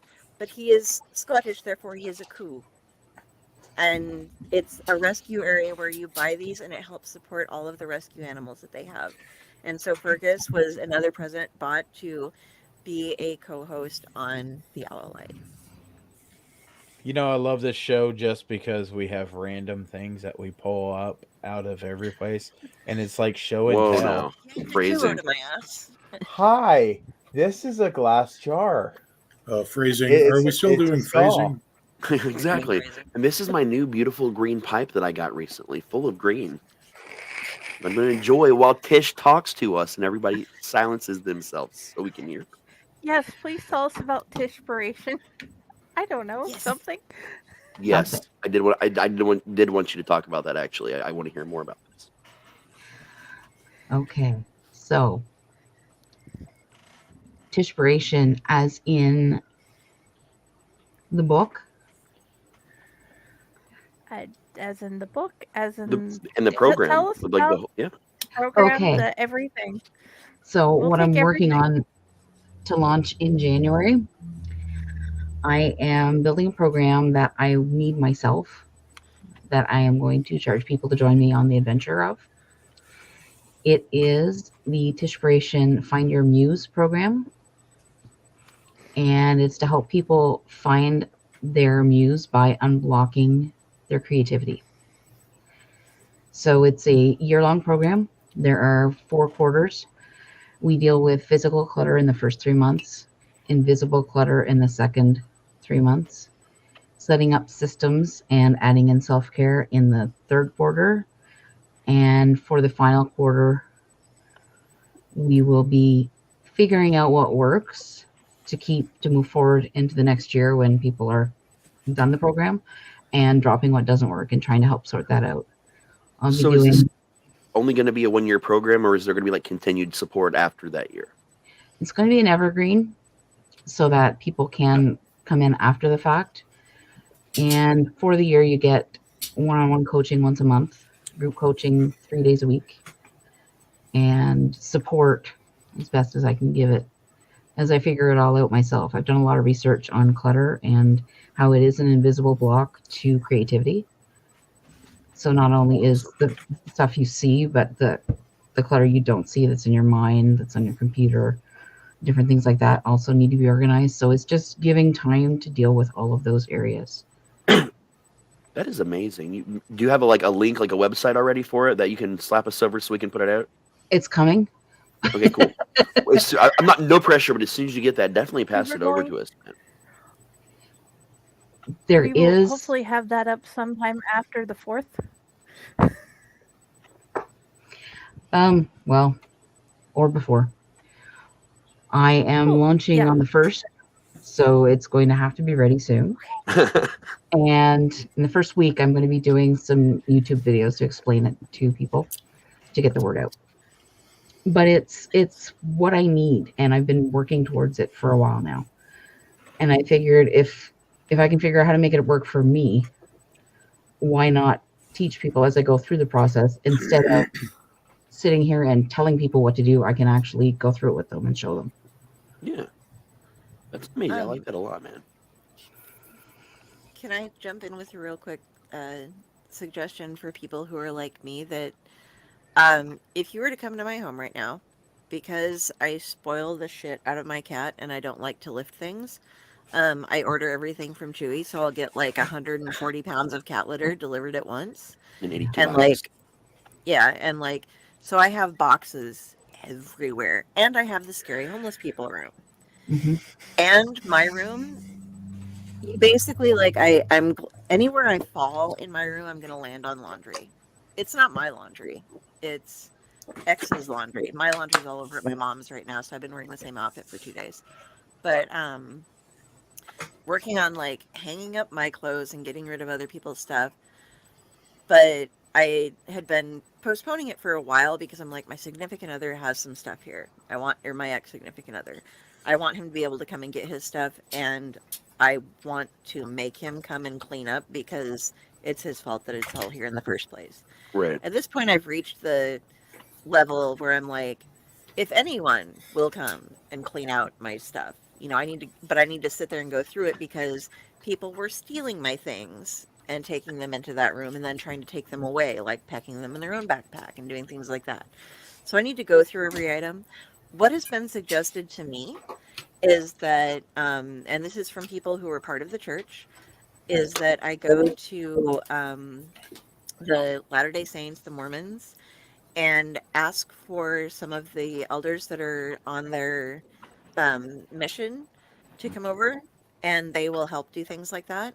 Mhm. And okay, we're slightly hitting on religion here, but I'm not trying to do a religious thing. It's just Right. that this happens to be a religious group. Yeah, no, this is just would normal, volunteer. like conversation. Yeah, Yeah, it's actually a really but, cool thing.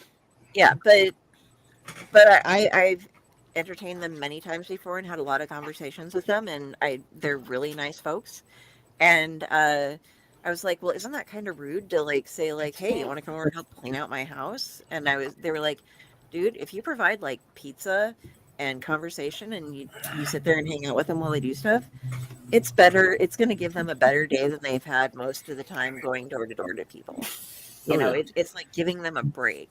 So from people, from members of the church, it suggested that if you're in a dire need situation like me, that's a place that you can turn to go ahead and like get some help. And like I said, buy pizza or something so you don't feel like you're being a jerk. I know people who have gone ahead and used them for things to like, hey, yeah, come in, help me do this, and then like make fun of them, and that's just being a horrible person. That's a dick move. We don't do dick moves like that. Yeah, no, but if you need some help, there are organizations like that or other places that will actually come in, and when you finally realize that you need the help and do stuff, that will help you. I let somebody come in. That's super cool, man. Here's what I think you need to adjust your thinking, though, Del, because you do not live in clutter. You live in an art installation that's inspired by cardboard box forts. Yeah, That is where you live, man. I do. There is one box that Hinata has claimed that has its 35-pound pail of litter in it. That is the only thing that she used to be. That when I obtained her, she was like this big around. She was a rescue cat, and then she became like a 15-pound regular length kitty. But so she was like she would go to be cleaning herself and like roll and fall over. She was just like this like soccer ball with huge fur on top of it. And now she has gotten back down to this is Hinata now, and she is a regular weight cat again. But once her brother died, which was sad for everyone but her, she finally was able to like, oh, I can have my own box now. I can crawl in the bags now. I won't get attacked now. So she claimed things, and since she had like her whole life after we rescued her was based around like being attacked by her jerk of a brother anytime she tried to be a cat and do anything. Brothers do. That's what they do. But now she's like, oh, I have a box. So I like, well, that pail of litter will never be taken out because it's Hinata's box. And while she was fat, the litter was the only thing that was keeping her from falling through the box. So now you have to now only refer to her as regular Hinata. And I say that because it's the whole Bob's Burgers thing with regular Rudy. So now I just want to, every time I'm going to be like that, oh, you mean regular Hinata? She's not the Hime. She's my princess. But the other cool thing is that since I found that Infinity Gauntlet, she just I have it sitting on the sofa beside me, which is where she gets to her box and how she gets over to my lap half the time. And she found the button on it. And she's not stupid. Like, so now she'll hop over and she'll see the Infinity Gauntlet and she'll be like, oh. And she'll like walk on it until she triggers the button. And then she'll be like, I made it happen. And then she'll go over and hop on things. So like Crowley can open doors. Like legitimately reach up. Crowley's very long. Will reach up in the door and grab the knob, right? And depending on where his brother is and what side of the door his brother is on, he will leverage his brother's stupidity to bump into the door at the right, lure him. You can watch him lure HPL into doing it, and he waits for just the right moment to get HPL to do it, and then HPL will bump the door just as he's turning it, and you can see his hands, like his paws, like doing this on the doorknob to pop in the door, and he just strolls in. So we'll just be sitting down here, and the basement door will just pop open, and then Crowley just walks down the stairs, and I'm like, that was shut all the way, like not that easy to open. Yeah, I have helped someone who was in a hoarder type situation by being a volunteer to go help them. Nice. So I did some things that people were not really excited about. And I mean, it's just dirt. You clean it, it goes away. Yeah. That was my, as long as it doesn't overpower me with the stink, it's not the end of the world for me. He had gloves, so you deal with it. Mm-hmm. But here it's not so much, there's clutter, but it's more of a pack rat than a hoarding situation. We are collectors. Gotcha. Okay. Okay. And putting things away is a job for me because you have to take it out again. So I need to start doing the things that will make living here easier. And that's one of the things that I've learned is that just by doing my best to maintain even just a clean desk, I've noticed my creativity has increased. So if I can do that for the whole house, then I'll have nothing stopping me from being creative. There's another charity organization that my sister just hooked us all up with called the Give Back Box. and it's for people who do order a bunch of. Well, you can either order a box from them, or if you have a bunch of things like I do, boxes from Chewy, Amazon, etc. Obviously, if it's garbage, take it out to the trash. But if it's something that other people can use, Yes. they ask to not have, and this kills me that they actually have to put in there. Remember, you can download as many shipping labels. All we ask is that you do not include any liquids, fragile, hazardous, or volatile items, or ammunition in the boxes. And they actually people have can to say use. that to keep themselves covered. But if you look up give back boxes, they will send you free shipping labels.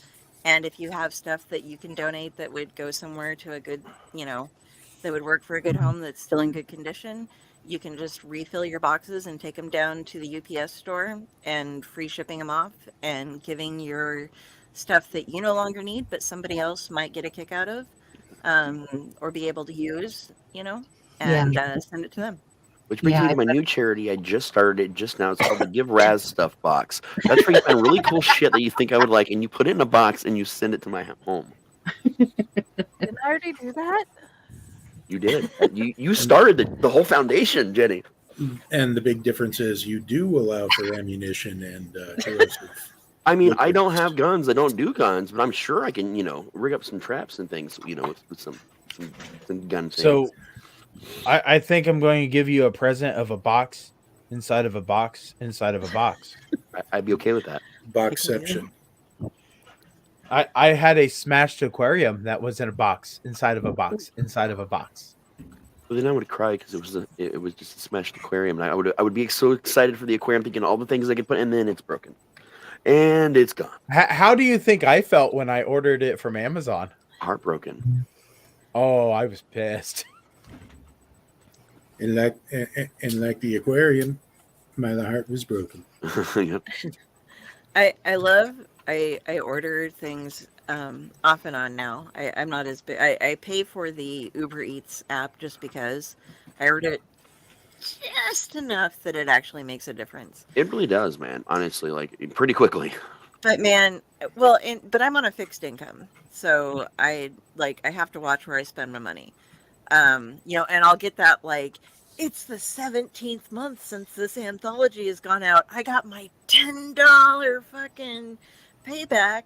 It showed up in the mail. Well, it showed up on PayPal actually, but I can get a burger tonight. Yeah. But people I put specific instructions please go to this store on this address. I'm the only one that has a driveway on the south side of the street. And they still they'll give me pictures. And I'm running around outside barefoot in the snow, looking for which house actually ended up with my order. And somebody freaking put my stuff outside my front door. And James, you've been here many times. They put it on the step on the front door and said door was locked. There is no lock on that door. They just didn't try to open it. And they were lazy. Okay. Yeah, it's okay, I'll run in my robe outdoors to pick it up. It's better than She does exist. 3 doors down. That's what it was. It was somebody who, somebody was delivering from the place where we're gonna get evidence. Oh yeah. Speaking of the random, being able to get a burger, that's another thing we've talked about doing too. Not burgers specifically, but I know we did Ko-Fi accounts previously, and that was something we talked about doing eventually. Where if you're really enjoying a show and you want to tip someone, kind of a thing. Yeah, random acts of burgers. Yeah. I will admit. Guys, I think I'm going to take off. It's been a pleasure being with you guys tonight. Pleasure to have you. So, All right, brother. Over, See you soon, man. over and over. I think I'm actually going to go with Pyle. Well, not with him, but Good night. No. We love you. are you in my house? The podcast is coming from that's inside the just got a house. little creepy. I don't I'm scared remember as that shit. room. I'm not saying that it's not there. I just don't remember the blue. I mean, Pyle's background is awful dark. He could be in your house. Could be. I've assumed that the noise downstairs was my kid, but I don't actually know that. So now when you guys leave, you're going to check your homes thoroughly for each other just to make sure. Let me know if it's Krampus. Open up the closet. No, that'd be scary if Rob was in his house dressed as Krampus. Either their houses, that'd be awesome. You know, I'd be like, technically, Oh, come here. technically, isn't all of the podcasts coming from all of our houses? We're actually coming from the fictitious basement in Dell's Head. We all have our own rooms in there, and that's where we're broadcasting from. Yeah. This is a real The civil memory went out. situation. That explains All that right. itchy sensation. Okay, before you two leave, Yes. because I'm not going to let you because I'm that bitch. Yeah, One that's for thing permission. that I want to tell everyone about that I just read that was really awesome, and you mentioned Krampus, and I went, oh shit, yeah.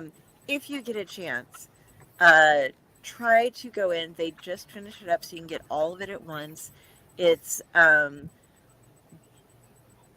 gotta find it on my list of comics. It's the Well, Batman she's- one. While she's looking that up, Pyle, where can we find you? Yes, do that. You He's right find there. me- Well, he found us Apparently in my earlier, so I figured basement. we should find him now. He's Okay, right. okay. So I'm the owner of Chainers Field of Screams. You can find me on Facebook, Chainers Field of Screams. That's pretty much it. We don't have a website that is a very functionally active website. So Facebook is pretty much the only place. Unless you get on TikTok, then you're just going to see a whole bunch of my haunting videos of answering questions that I've asked myself. But they're going to have a good website soon because I'm going to make him sit down with me and we're going to make one. Oh, that would be awesome. It's I happening. didn't know that. Merry Christmas. I might have to pay for the domain again. No, we've got that figured out. Raz will fill you in. Yeah, Anyway. yeah, we'll All figure right, it out. all right. I've got 4 domains and 4 websites, and they all need work. Rob, where can we find you, man? Other than not in Facebook. Pyle's basement. I'm I'm down in the basement. He's upstairs. I'm upstairs. Hey, come Um, down here. I'll be. Hold on. Facebook. I'd be the Rob Smale. If you spell the Rob Smales right, and they look like this, then it's me. Like that. And robsmales.com Look like this. is my website. Yeah, look like that. You need If I can find him, you can scariestfuck.com. find him. I need scariestfuck.com. .com. I'm serious. That would be it. Excellent, man. I'm gonna register that for you Someone's right at the now. door. Hey, Rob. All right, what I was going to tell you guys about was something that I came across that was super fun, and it totally fits our audience. This month, they DC Comics put out Batman Santa Claus Silent Night with a K. And it is this amazing Christmas story, but it has a lot to do with Krampus. And Batman trained under Santa Claus at one point, and Santa Claus is buff as fuck and has like his gloves have little razors that come out of them, and Krampus is involved, and it's this really amazing story that jumps around with like all of these legends from different mythologies and stuff. And there's the beautiful ending to it too, is like Superman showing him being like, "You didn't tell me you knew Santa." And touching Santa story is about a awesome boy because with he sack. beats the hell out of everybody, but he also is like, "You, Clark Kent, this address, wrote a letter, asked for this when you were this many years old." And so Santa Claus is like, beyond being a badass, his superpower is making everybody like remembers everything about every person that he's ever talked to, and like, or who's ever written to him, and it's so cute and it's so badass. So I suggest you go out and get your hands on that, read it somehow. It's beautiful. What was that animated movie, Legend of the Guardians, Yeah, I do remember Yes. that. Yeah. where Santa was essentially the badass? Yeah. Yeah, You but- are on naughty list. Oh, this one's out. Yeah, they go with a more Old Norse version of Santa with this, so they're like Okay. some of the so it follows that kind of a thing. But it's like it started off with him and Krampus were buddies, and they were showing the different like carrot and stick of the holiday kind of thing, and then like Krampus is attacked and haunted by things go awry. And You know then- she's going to keep you guys here until you ask permission to leave. Okay, no, I won't. I'm sorry. I'm She just- told well, me I haven't before drunk I whiskey could for a leave. really long time. You cannot leave until. the badass I'm Santa. still trying to figure out who's upstairs. Now you have to stay for the musical number. I'm joking. Have you guys? You've probably seen A Christmas Horror Story from 2015. Yep. Yes. With Santa the Barbarian. Yes. Yes. I love that. It's I haven't epic, seen it. man. I'd love to watch it. Between I that and love the Shatner, song it starts on. Shatner getting slowly drunker and drunker as the show goes on, and Yep. yeah, What? Excellent Why movie. are you bringing that up? All right, you two get the fuck out of here and figure out who's in whose house and let us know. Send us a You message. guys, thank you for Good showing night. up. We All love right. you. alrighty. Good night, Be y'all. safe, guys. Good night. Thank you. Tonight, one of these contestants aren't wearing pants. Can you guess which one? It's me. Well, okay, I only have one pair of pants because the rest are all over at my mother's, and I'm getting picked up tomorrow to go to my dad's, and I'm like, my mother. Oh, I'm in pajama pants. They're Rick and Morty. I got new ones for Christmas with matching slippers. Nice. Oh, Leggings. So Shannon, do we keep you or do you leave when Rob leaves? Just checking. I don't know. Are you only here when you're only here when Rob's here, Shannon? What's up with No, Shannon actually shows up for more than that, and I Shannon know. I'm follows just, us, and I'm Shannon's just awesome. messing with her. Don't scare away I like Shannon. Shannon. She's awesome. Shh. Harry. Shh. Okay. Shh. I like having the Shannon Shannon's because awesome. she's cool, and she's like, she knew exactly when we were talking about like, oh, right off by the coffee house. She's like, oh, No, you're going Yep. to scare that's away where the we've Shannon. killed people. Sometimes late at night, you can hear the Shannon go, "What?" Are you nervous at all that Pyle is in Rob's basement? I'm just curious. So, as I was going to point out, though, when you brought up the whole hamburger thing, I will admit, as far as fast food hamburgers go, Oh, I'm like, Runza does have the best tasting one going. Runza. Simply my because, mother will agree. well, it's only in Nebraska, Okay. and What? it tastes like you would normally take like a big old handful of hamburger at your place and just home make it like that. It's great. I mean, yeah, they don't come in pre-frozen little flat No. patties. Nice. right, and you can tell it's not kangaroo meat or anything. It sounds like the Chuck Wagon. And actually, Shannon, Jenny just left, Friday left, but was asking and found online. Still Oh. here. Jenny's still here. Well, Jenny was hidden for a second. Runza forever. But you found a Runza recipe and tried it with the family, Yeah. and it went good, right?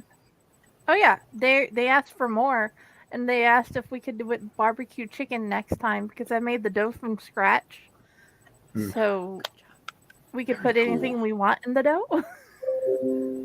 Mother made Yeah, the hot pockets. The thing about the Runza is that for those of you who aren't from Nebraska, like most probably everyone who's watching us, Yeah, and those same. viewers, um, Represent. this is what it is. It's a pasty made out of cabbage and hamburger meat for the main filling. And some Right. spices. And yeah, some random spices that they've kind of let up on because people don't do anything anymore with they're like, oh God, okay. Terry Pratchett used the term auto condimenter, and that is something that I am.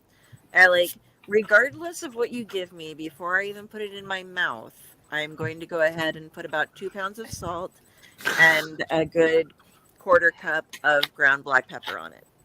That's just going to happen. And it's probably going to have some mayonnaise on the side for no particular reason because I'm from Nebraska. But and that's mayonnaise, not Miracle Whip, by the way. That's very important. And no, here is where we disagree. So they take another they whip take the bread and they use the fresh dough and they stuff in the hamburger and cabbage mix, and then you can get it you can add whatever you want. You can have the Italian Runza where they throw it, they mix all the meat and stuff beforehand, but it still has cabbage in it, and they put that in. There's the particular cheeseburger favorite- variant. Yeah, there's a one with cheese. My particular favorite is the Swiss cheese mushroom Runza. It actually they use a really nice mushroom and gooey cheese blend when you do that. But people will come from out of state and go to Runza if they used to live here in Nebraska, And they're like, I would like a case of frozen runzas to transport back with me. And unfortunately, and Shannon, I'm sorry to say this, they've started slacking. Like COVID made everybody slack, Yeah. and Runza starts like they still have the best burger in Nebraska. And they obviously have the best Runza because they are the Runza. Right. But Valentino's, yes, Valentino's is another thing. Started here in Lincoln. My mother and I both worked at the original Valentino's. I was just there like 30 years after she was, and they had the same owners and some of the same employees who knew my mother, like the little old 80-year-old ladies who would like Yeah. butter the garlic bread rolls, knew my mom when she worked there. That's back And when they sold Sonny the T-Rex Massimio, ribs. like I show up and they're just like, "Oh, you worked at Renza? Awesome. Which store? Were you down on Holdridge or?" Sorry, it's just like You're fine. Renza, Valentino's is a huge thing around here. Like one, I want the recipe that you made, Jenny. The Runza. I'd like to. I definitely want. This sounds like something that we'd like over here too. I was just going by the name, and I'm thinking White Castle has sliders because they slide in and out the other end, right? That's sliders. So is Runza that you need to Runza to the bathroom? Like after you No, eat them, like it's- that's where my it's- brain was, you know. It's I believe it was taken by the I can't remember which batch of immigrants, the Germans, I think, Yeah, it's definitely a German dish, or Romanian. I don't know. but you have to enjoy cabbage, and that's the thing is like a lot of people don't get into cabbage, but I this like with isn't certain something where things. it's like overpowering like cabbage. It's a good way to like introduce your family to cabbage, and then you Now- start slipping it into stews and stuff like that. Now just that slip it we in. in high school we used to get served the homemade runza when they did they made those there. Once in a while they kind of went overboard with the cabbages, and I guess it's the sound of runza. It's the sound of flatulence or that accompanies here's it. the deal. I don't know. I've to been be doing confused the with the chopped sound of salad silence. thing, and I do a lot of the chopped salads, and I've noticed that the majority of what a chopped salad is cabbage, and then they throw in like a little bit of kale and some other veggies, and then they're like, oh, and then we're gonna do that, throw a little bit of extra crunch into it. Mhm. And so I've just gone off and I buy myself like by the way, I always overbuy, so I'm buying for like 2 multi-gallon freezer bags, but I get like 2 things of pre-made coleslaw, and which are like $1.99 a piece. And remember that one single salad is like $4 or better for one salad. And then I grab a like crunchy mix thing that you can get at Trader Joe's or probably anywhere else that you want, or just get some like broccoli slaw because that adds too. Makes And then good. throw a little bit of kale or something like that and some shredded carrots into it. And then you mix those up and you've got your thing. So I'm eating a shit ton of cabbage, and then Mom has promised beans. And I think my apartment is going to be like flammable for the next 2 weeks. I think But you legally need to give notice to your landlord so they can put signs up around the building about open flames. dude, North was awesome. That's where, okay. The other thing about Valentina's that you guys need to know is that we would make all of our dough. Okay, North was this location where everything was tested at. It's a pizza place and Italian restaurant, but it also had a buffet. Okay, the North section is where everything is tested. So they put out this huge buffet. And so they have every new item that we're going to put on the menu goes there for a while. And yeah, at the original location, we would make all of that's where I was the manager there for a couple months. We would make all of the sauce and the dough every day, and like you have to like roll out the dough balls and spread them out and do everything. So we're like making huge batches of the dough, then cutting them, then Roll rolling them, out the then doing dough this stuff. balls. And then we would ship it out to each individual location. But instead of it being like a huge corporate thing where it's like frozen and sent out weeks later, this was a daily fresh delivery that everybody would get. And then at the end of the day, you get rid of it because it's no good. Because Sonny Massinio was awesome about things like he would come in for meetings and he would quiz everybody as So listeners, I have not found Rob. So, question about Yes. this dough. Okay, question. Yes. So, did you guys ever? Are there like chicken dishes with this runza? Okay, I'm talking about Valentino's right now. Okay, Did you guys serve chicken dishes at Valentino's? There were some things, but not really.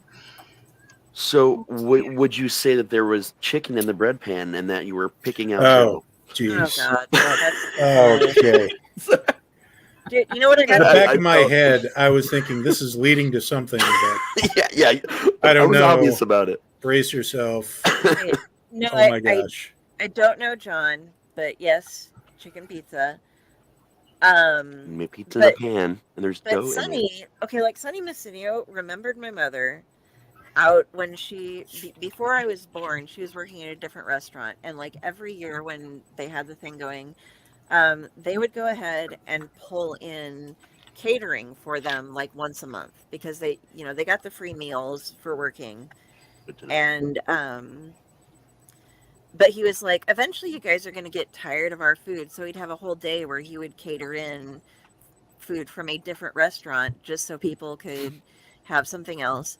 But one time when my mother was in Iowa, she was going to school, or she living with my dad. I don't know, something. She was there. She was working at a steakhouse, and Sonny Massinio came in. And my mom got his table, and she went up to the manager and was like, "This is so and so, and you should give him a drink or two and something." And she walked over and like gave him a free drink and stuff, and got upset. And he was like, "Karma, how are you doing? Like, how are things with Kurt? Have you got any kids yet? You know how?" And just like totally remembered her when I started back. But when he would hold company meetings, which were like once a week, we'd all get together and do stuff. He would come into the store. He would go from like, we had somebody who got me my apartment, actually, was somebody I was working with there. He was one of the janitors, and he would tip him like $50 if he saw him in the parking lot or indoors, just for like, "You're still with us. Thank you so much for being a good long-term employee." Ask about all of his kids by name. And this guy had been doing this for years. And then he'd go through and like, as he was walking up to the meeting room, he'd be like, "What do you do?" "I'm a cook." "Okay, tell me how to make this sauce. What are the ingredients to this sauce?" He had everything memorized. People told him how to make the sauce right. And then he'd give him like a $20 bill. And he kept a big pack of cash in his pocket. And he'd walk and ask every single person. So every single person got a chance at getting between $20 to $100, something like that. And then during the meetings, anytime we did well, when we were talking about like, okay, here's an idea, or here's something that's been an ongoing problem, here's my idea for a solution, he'd hand out money to people constantly. And his other big thing for the customers is that if something is wrong, and you would say like, "Hey, I got this off the thing, and it was really cold. It wasn't right." You automatically comp the entire table, and then you offer them gift certificates in enough of an amount to cover whatever size party they had brought in with them to come in again. So that was something that you just did, because if you didn't and a complaint got in, because managers would want to be like, in most restaurants, it's like, "Oh, if I give out this comp, that's coming out of my bonus, But in his thing, it wouldn't come out of the bonus. But if he got a note that said nothing was taken care of when a complaint was put in, then you lost your whole bonus. So he made sure that customers were always first. And it has gone down a bit since Sonny got out of it. But I mean, the guy's been managing it since my mother was younger and worked there. So it was time for some turnover. But it's still like, it's one of the big Nebraska things. And I've gone off for like an hour now talking about Nebraska food places. Did you ever but see the Simpsons episode where Homer worked at the pizza place? No.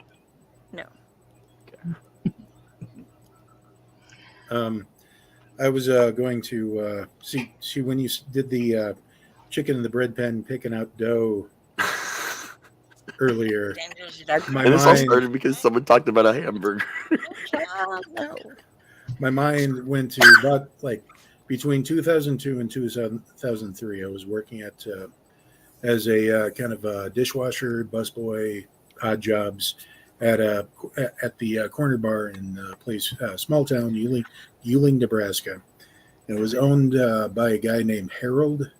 He had And, enough business to require an employee. Yeah, I know. But every month he would have karaoke night, and that place would be packed with people, drunk people trying to sing. I was amused by the one guy who was doing a horrible rendition of Every Time. It was Fat Bottom Girls by Queen, and he would always it was adorable. Just adorable. But they talked me into doing a few songs over the course of my time there. And one of the first ones was in fact The Devil Went Down to Georgia. And only I did it pretty straight, but there were some places where I decided to just throw in a little bit of adaptation. For instance, at the beginning, and all apologies to Jenny here, but I started off with The Devil Went Down to Georgia. It was a pretty slow day in hell. He was going to go to Texas, but even he couldn't stand the smell. But when I got to every time I sang the chicken in the bread pan picking out dough, I'd follow it up with what the hell that means no one knows. People were up and dancing. I mean, when I did the whole Texas bit at the beginning, I saw somebody spit beer across the bar. It was amazing because I was stone cold sober, and I'm like, entertaining drunk people in a redneck bar is pretty easy. When I did stuff with the band for that decade, our lead guitarist's name was Johnny, and one night we were all super high, super crazy guy, and I was like, dude, here's what we're gonna do. Because we all knew the song, we knew how to play it, I knew how to sing it. I was like, we're gonna play this one time and one time only ever, because we screw around in band practice all the time. But I'm going to say his name's Johnny, and I'm going to introduce Johnny, and it's going to be a whole thing. That's how we're going to start the show. So we literally played the whole song, and I would just narrate it as if I knew Johnny, and Johnny was over there playing the guitar, and it was the whole thing. It was So he did the violin on guitar? Yeah. Because the whole solo on guitar, it blew my fucking mind the way he did it. He was like that. It's Called him one 12 of those styles. things where you like, okay, if you meet somebody who plays violin and you totally put them on the spot with like, okay, so can you play The Devil Went Down to Georgia? They're like, fuck. and then you like go ahead and you're like, you look at the bass player. What's a and you're fiddle? like, how about you? Can you play Primus, Tommy the Cat? And they're like, it's like walking up to a skateboarder and being like, hey man. The appropriate question you should ask me is, how many times were we asked to play Freebird? I was about to say Answer: that. every show we ever played, to the point we learned it, and we teased people. You want to know the best version of Freebird I've ever heard? It was a 12-year-old fucking kid he was a prodigy. He was just, everything he learned, he just picked up. And they started saying Freebird. And like, he didn't even get the joke, right? This was like when my daughter was a kid and was in the Academy of Rock here in Lincoln. This kid could play the entirety, including the huge ass duo solo. Yeah, that's by himself. Yep, Johnny would do that. Yeah, He's nuts. But this kid was 12, and he was like that's- playing the whole thing, and it was like That's you hear all these impressive. people Freebird, and then all of a sudden Mikey gets okay. up, and Mikey's like, "Oh, I can do all of Freebird. Where's the second guitarist? I'm Mikey. I don't And- need one." And the guy who yelled it is probably following up with, "That was just a joke. Sorry, I would." We had this thing that we called the Freebird medley. When some dumbass would get drunk and think they were smart, play Freebird. We'd go into Freebird. We'd play the whole opening. We'd play half the first verse, and then halfway through the first verse, we'd change into whatever song we were going to play anyway. And then between that song and the next song, we'd play another part of it. And we just started doing weird shit like that, to the point where when people started saying play Freebird, it's because they wanted us to do that to fuck with the drunk people. And then ever since Devil's Redux came out, I like weep whenever I hear the song Freebird. It was a great use of that song in that movie. But I bawl because I'm like, oh, Well, I'm not an yeah. emotional human, as you guys know, and even that that whole sequence, I was But- floored. I was just like, best use of this song ever. Apparently, in the sequel, they got better.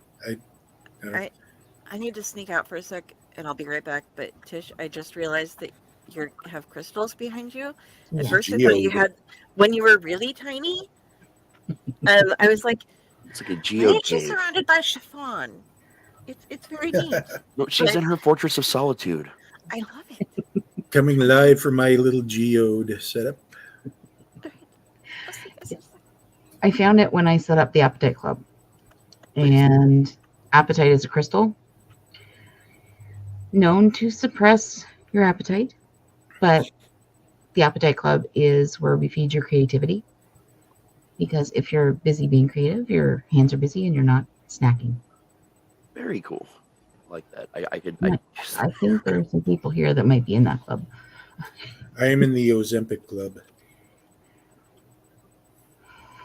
Yeah, the Appetite Club. It's APATITE. It's named after the crystal.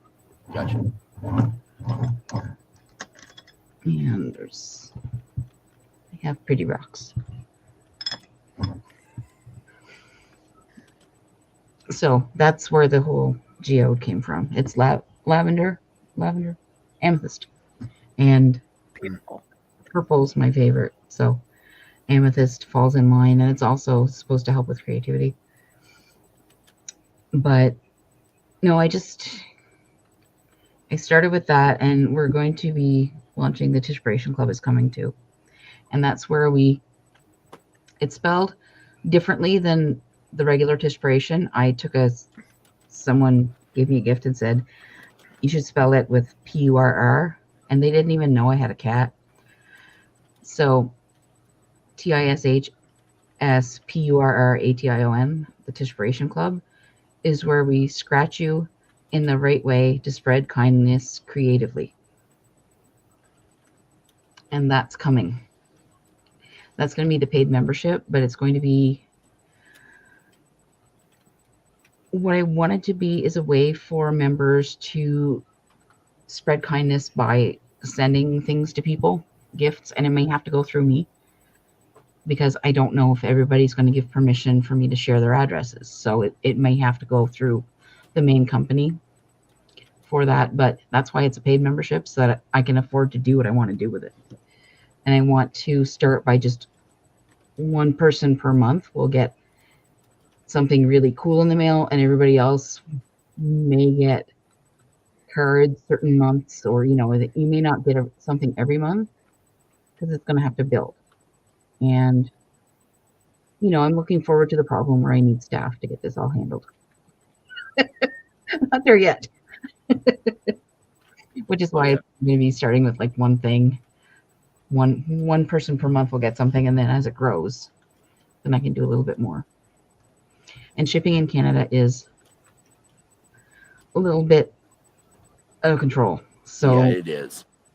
Sending stuff out, if I'm sending out an envelope with just paper in it, it's one thing, or a card or something. But if I start sending packages to people, that gets to be pricey. So I have to make sure it's all covered. Definitely. I literally I was a friend of mine, a writer friend of mine in Canada, just not too far over the border, honestly, from where I am. There was something she needed for a computer. I can't even remember what it was now. It was some stupid little part that she could not find anywhere near her. She went to Best Buy and everything. They were on back order.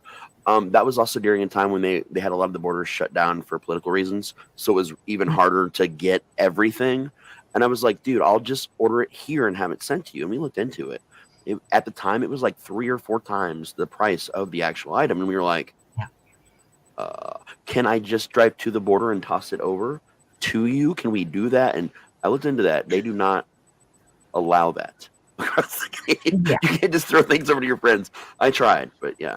Yeah. Do you remember the shipping cost to Australia when we came out with Nightmare Whispers? Yeah. There was one guy who just wanted one copy sent to him of his own, and it was going to be like $300 in shipping for a book. But I have had friends from Australia who, like, they've shipped me things. It wasn't nearly that much. But it costs them more, like somebody, I can't remember what it's called. It's their version of Ovaltine, basically. More Ovaltine, please. It's something they don't make here. Milo. I think of Milo as like something that looks like corn, only never gets tall. But it's a I think of Milo and Otis. it's a chocolatey drink thing that they have that they sell a lot of in Australia, and he shipped it to me. It was like $6 to buy the Milo, but then it was like $15 to ship it to America because it Yeah. it weighs nothing because it's a powder. But There's no media mail here in Canada either. So I know you guys have a Yeah. program for sending books there that we don't have. Yeah, it cuts down on shipping costs so much. yeah, I've found that some places have the like, if you're shipping a book, the shipping is free. But there's rules you have to follow when you ship the book. And I've never had them inspect it to care. I asked Jenny, I've sent her stuff. I've sent all her books media mail. And other people. And you can only put so many advertisements in the book. Like, if you're going to do, like, bookmarks and stuff like that, you're not really supposed to, but you can really decide them between the pages, and they don't give a shit, as long as it's not, like, a crazy amount of stuff. Yeah. But, like, there's these rules you've got to follow that I thought were pretty interesting. Speaking of shipping things, guys, anybody who's watching who won one of the Tim Jones books, I'm getting there.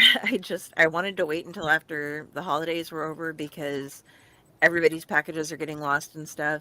He got them. I have them. I have put up a post about it. They're in my room waiting to be shipped out. I am going to be getting some other books ready for some other people and then going to the post office so I can just have one big bill presented to me after I fill out all of the labels and put everything where it needs to be. But you will be getting those. I am just transportationally challenged, so I have to wait Dude, until take one of your boxes and turn it into, like, a pretend car and believe in it until it's real. A self-driving cardboard box car. Okay, I don't want one. don't suggest that because I almost walked out in traffic once pressing an imaginary spaceport in front of me because in the game that I was playing I could fly if I hit that. Mhm. So Why is it These not are working? things that- Is it plugged in? Have you tried turning it off and on again? I'm about to turn into a pumpkin. I'm tiptoeing to the door so I don't interrupt. Don't worry, we love to have you interrupt. See you later, Happy New Shannon. Year to you. Love you, Shannon. Thank you for coming tonight. Thank you. Check on Rob. Make sure Pyle, didn't come up and kill him. Pyle's been quiet for a while too. Did anybody here participate in the Whamageddon?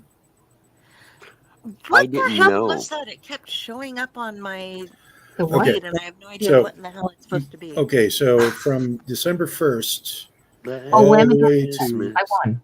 right from December 1st all the way to December 24th, I believe, the night before Christmas. Right. Yeah. You have to avoid listening to the original Wham classic. Their Christmas last Christmas.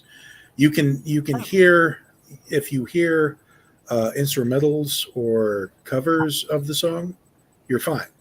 But if you happen to hear the original play, you lose.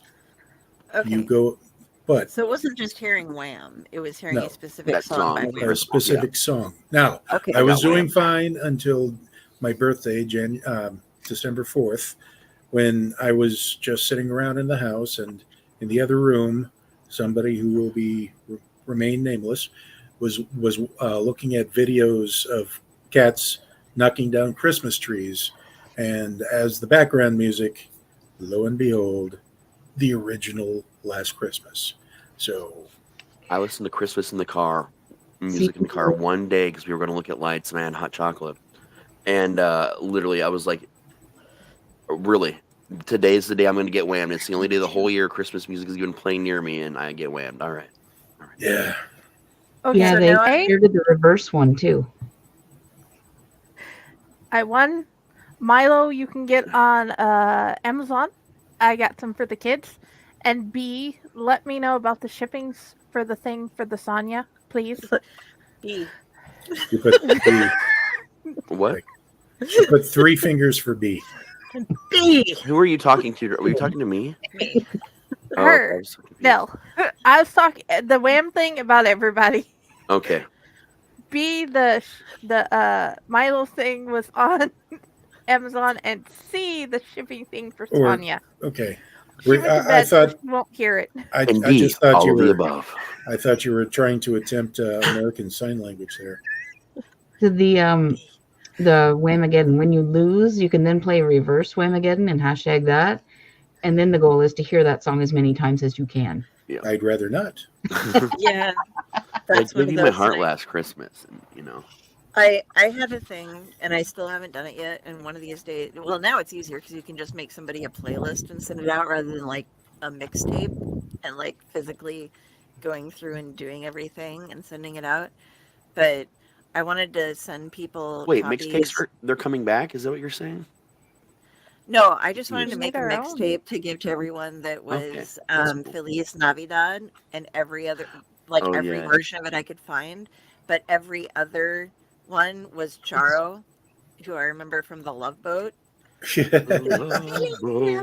Have you seen the mashup And not that of? that's a bad song to anybody, but Did the Screaming Goats have a Charo. version?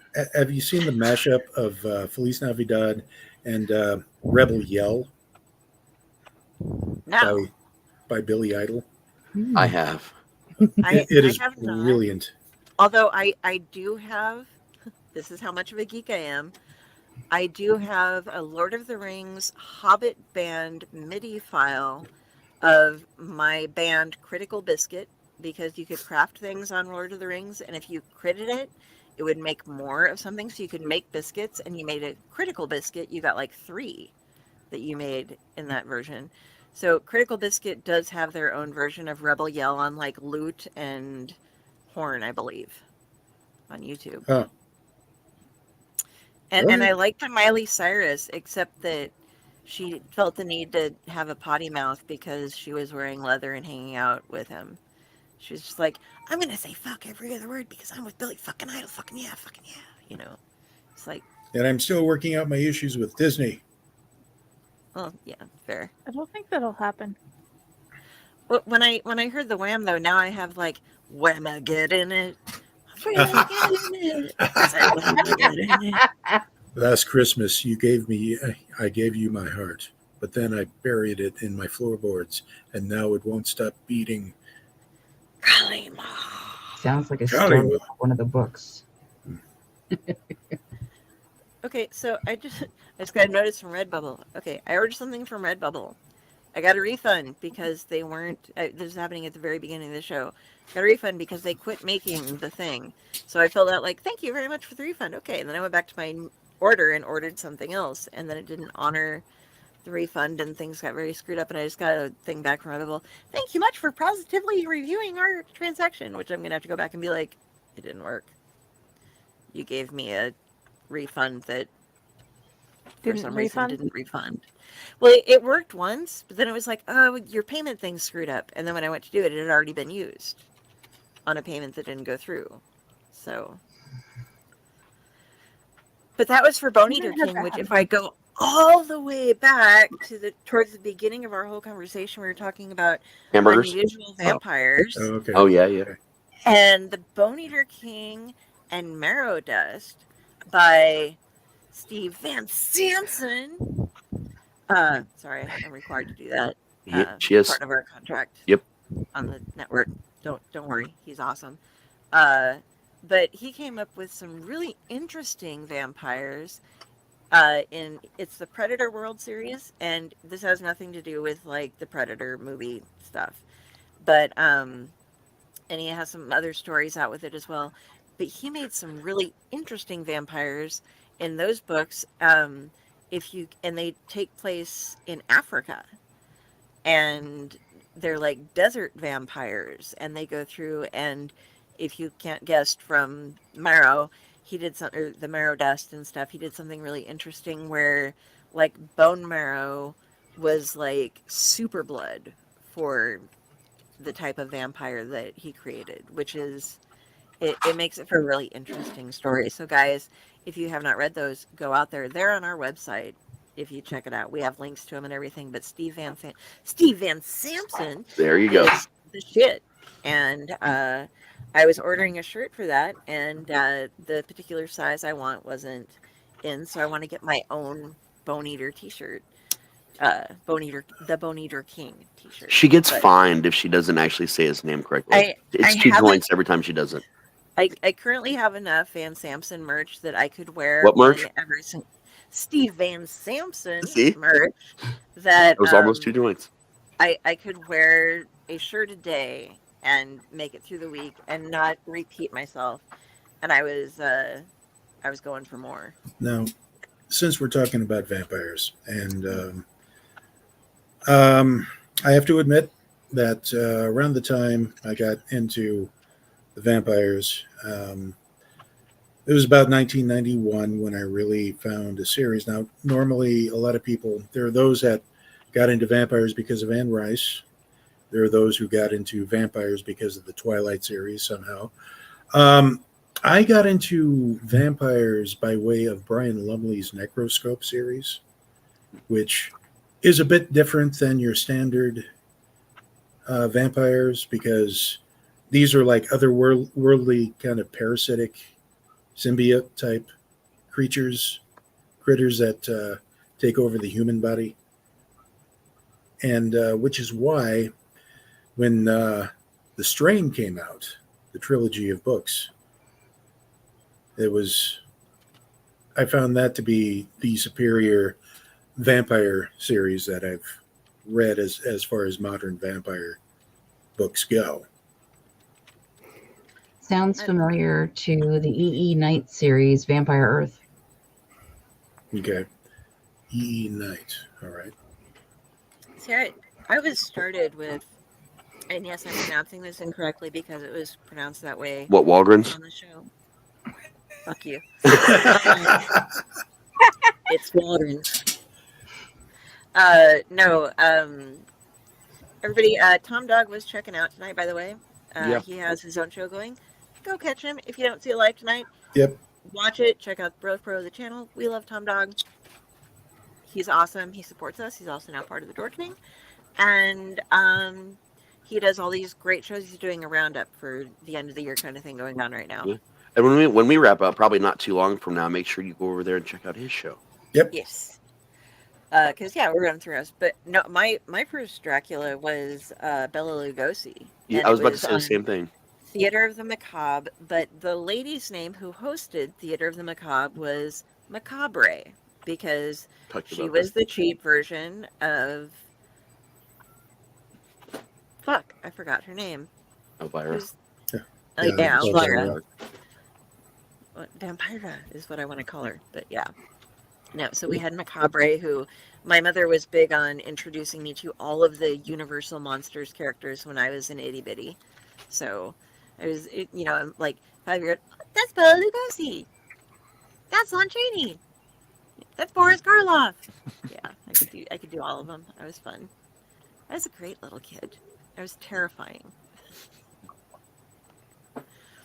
And I also delivered lectures, like, I don't know.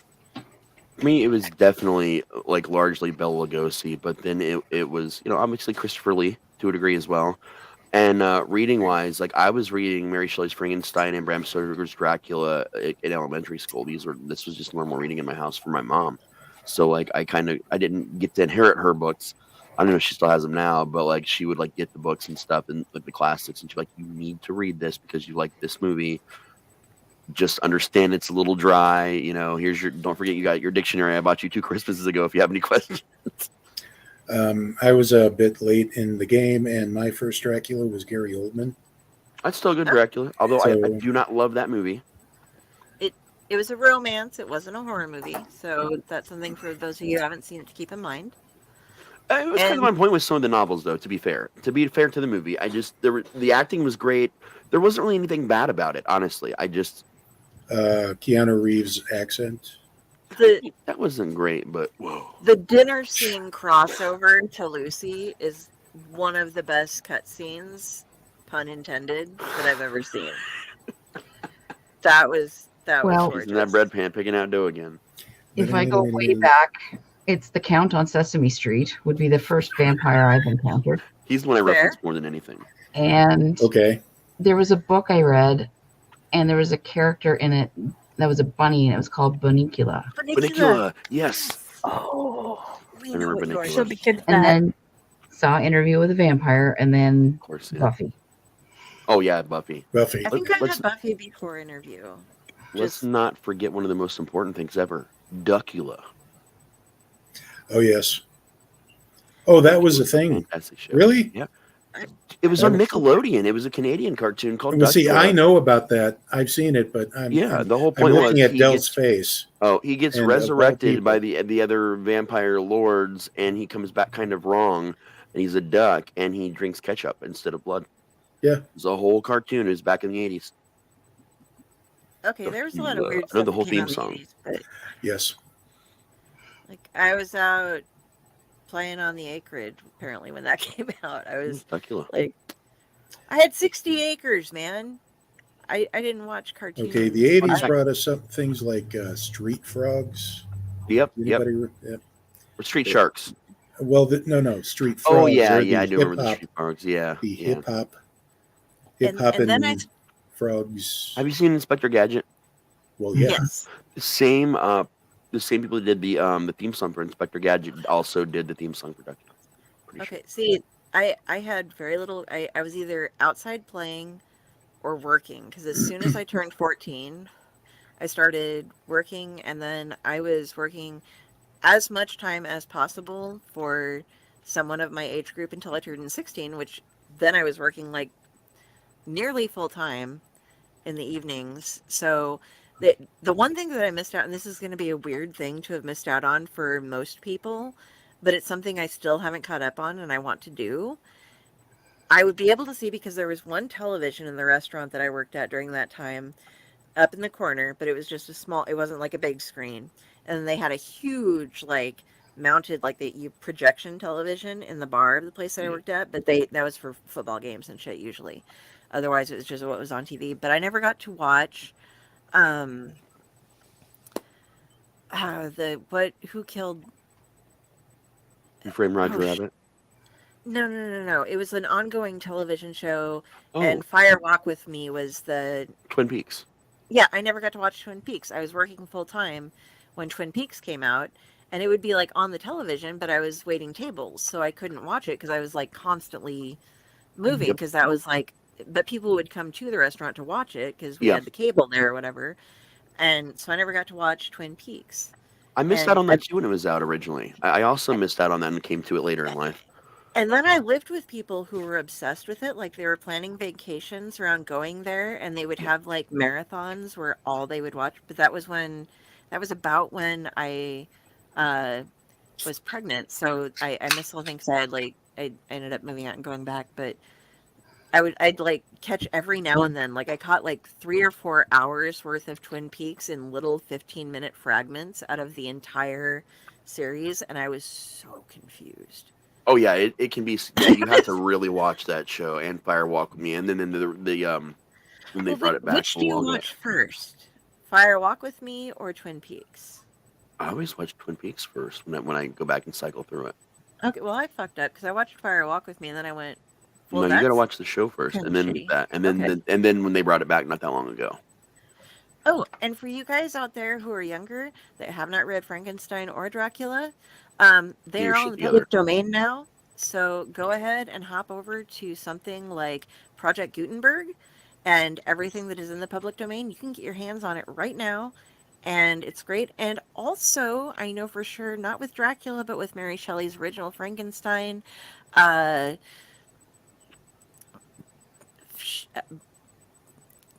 Doug Bradley. I was going to say Brad Douglas. No, Doug Bradley has read it on his own YouTube channel where he has started doing a lot of readings from the public domain. So Now, you can what go I check did that out. was I bought on Kindle for 99 cents.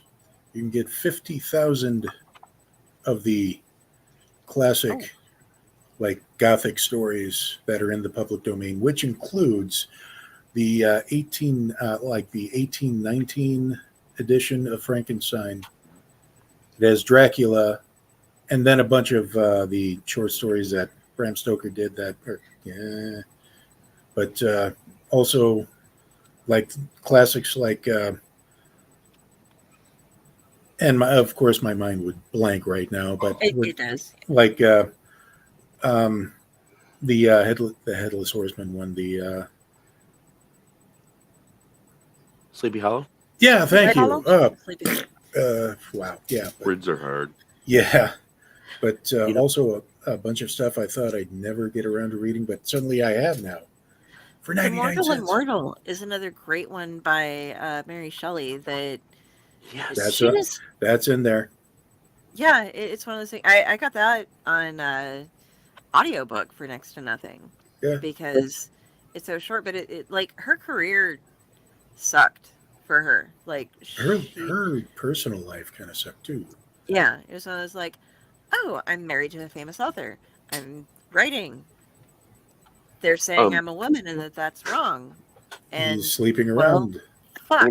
I wanted to point out real quick if reading's not your thing, you know, and you're only audiobooks, you can go to LibriVox, LibriVox. It's just the audio version of Project Gutenberg. And if you got some free time on your hands, not only can you listen to things for free, but if you want to volunteer and help out, right on their front page, you can sign up as a reader, where you pick a lot of things that haven't been, voiced yet. And you pick it, you coordinate with them, and you actually contribute by adding your voice and reading one of the projects. So it's a super cool thing that you can do. And we might be contributing to some of that in the future Mm-hmm. because we plan on doing a lot of different storytelling stuff with things that are in the public domain. And It's gonna be a crazy year of shit. yeah, and unfortunately, I want to read a lot, and this little thing has not made as much noise as she usually does, but Hinata will probably be a co-narrator with most of the things that I do because she feels her need to hop up on my lap, purr, and then talk and voice her opinion about everything that I'm reading. Whenever we do an OLS, it's like, Well, oh, she's quiet. Oh, Dell's reading? Hinata's going to chime in. She's going to give her 2 choose cents. to read various feline-centric stories. I could, but there's so many. I want to do a whole series of the original Brothers Grimm. I think that'll be fun. Yes, please. Oh, yes. Yeah, and so we're going to have each of those in independent little shorts, and we'll get those put up. We're going to start new channels and stuff on YouTube, so you guys can go and listen to just our shorts, so you don't have to watch them. You can just, some of the stuff is just going to be pre-recorded because there's absolutely no sense in me reading a story with people watching me read a story. I can just read a story, then put it up, and you guys can go listen to it if you need something to put you to bed at night. Or Yeah, we are somebody else working to on read doing something. additional content that's like just for YouTube or just for other things. You're going to start being able to find our podcasts anywhere. The audio versions of a lot of our podcasts are going to start popping up. Video only stuff. I know we've got Outlet Radio that's being worked out for future episodes as we speak. I think we go back into recording for that this coming week. I'm wanting to say. Yeah, And and some more Dead writing Book is being Radio. Yes. You're going to be taking over some parts on that. So I'm just waiting to hear back on what they need. Yeah, and you'll hear me over there as well. Yeah, we're going to be doing a bunch of stuff, guys. Yeah. We're going to have. Oh my God, this last year, we have gone from Raz and I hanging out in a Discord, chatting about things that we'd want to do. I guess year and a half ish. Yeah. So. Yeah, You know, because like- before we did the other thing, we were, really Yeah. years if you really think about it. Yeah, we've been hanging out, doing some like get-togethers that involved like 5 to 10 people hanging out, to moving up, coming up with a bunch of different things that we wanted to do that couldn't really be done on a Discord station with a limited group of people. We wanted to be bigger, and so we were like, okay, podcasting is the way to go. Russ thought of that, got it going, had some things going. We've switched over from networks, built our own network overnight, literally. Literally, yeah. And you guys don't want to know how that night went. It was a No, it matter was of, terrible. Like, great, every single thing. Honestly, that first month was touch and go. Oh, 2 of us sitting there just like, okay, I've we heard need to make things. this, and this, and then we need to remove ourselves from all of these things and stuff, just so we could be like entirely independent. Just because our specific flavor wasn't the same flavor as where we were. We parked somewhere that was fun. Yeah. But it wasn't. We're more of an educational and storytelling thing. Yeah. That's what we. I mean, that's like all it we have was. fun too. But It used to be a fun house, but now it's filled with There's no clowns. dark secrets there or anything like super terrible, honestly. It was just things didn't work out how we needed them to work out at the time, and we, politely said goodbye and went on our merry little way, and then went through hell for a little bit while we figured it all out. yeah, and now we've merged with the Dorkening, which was somebody who I'd been working with for a while. Mhm. And it's given us a lot bigger platform to launch everything in so that we can get more people involved.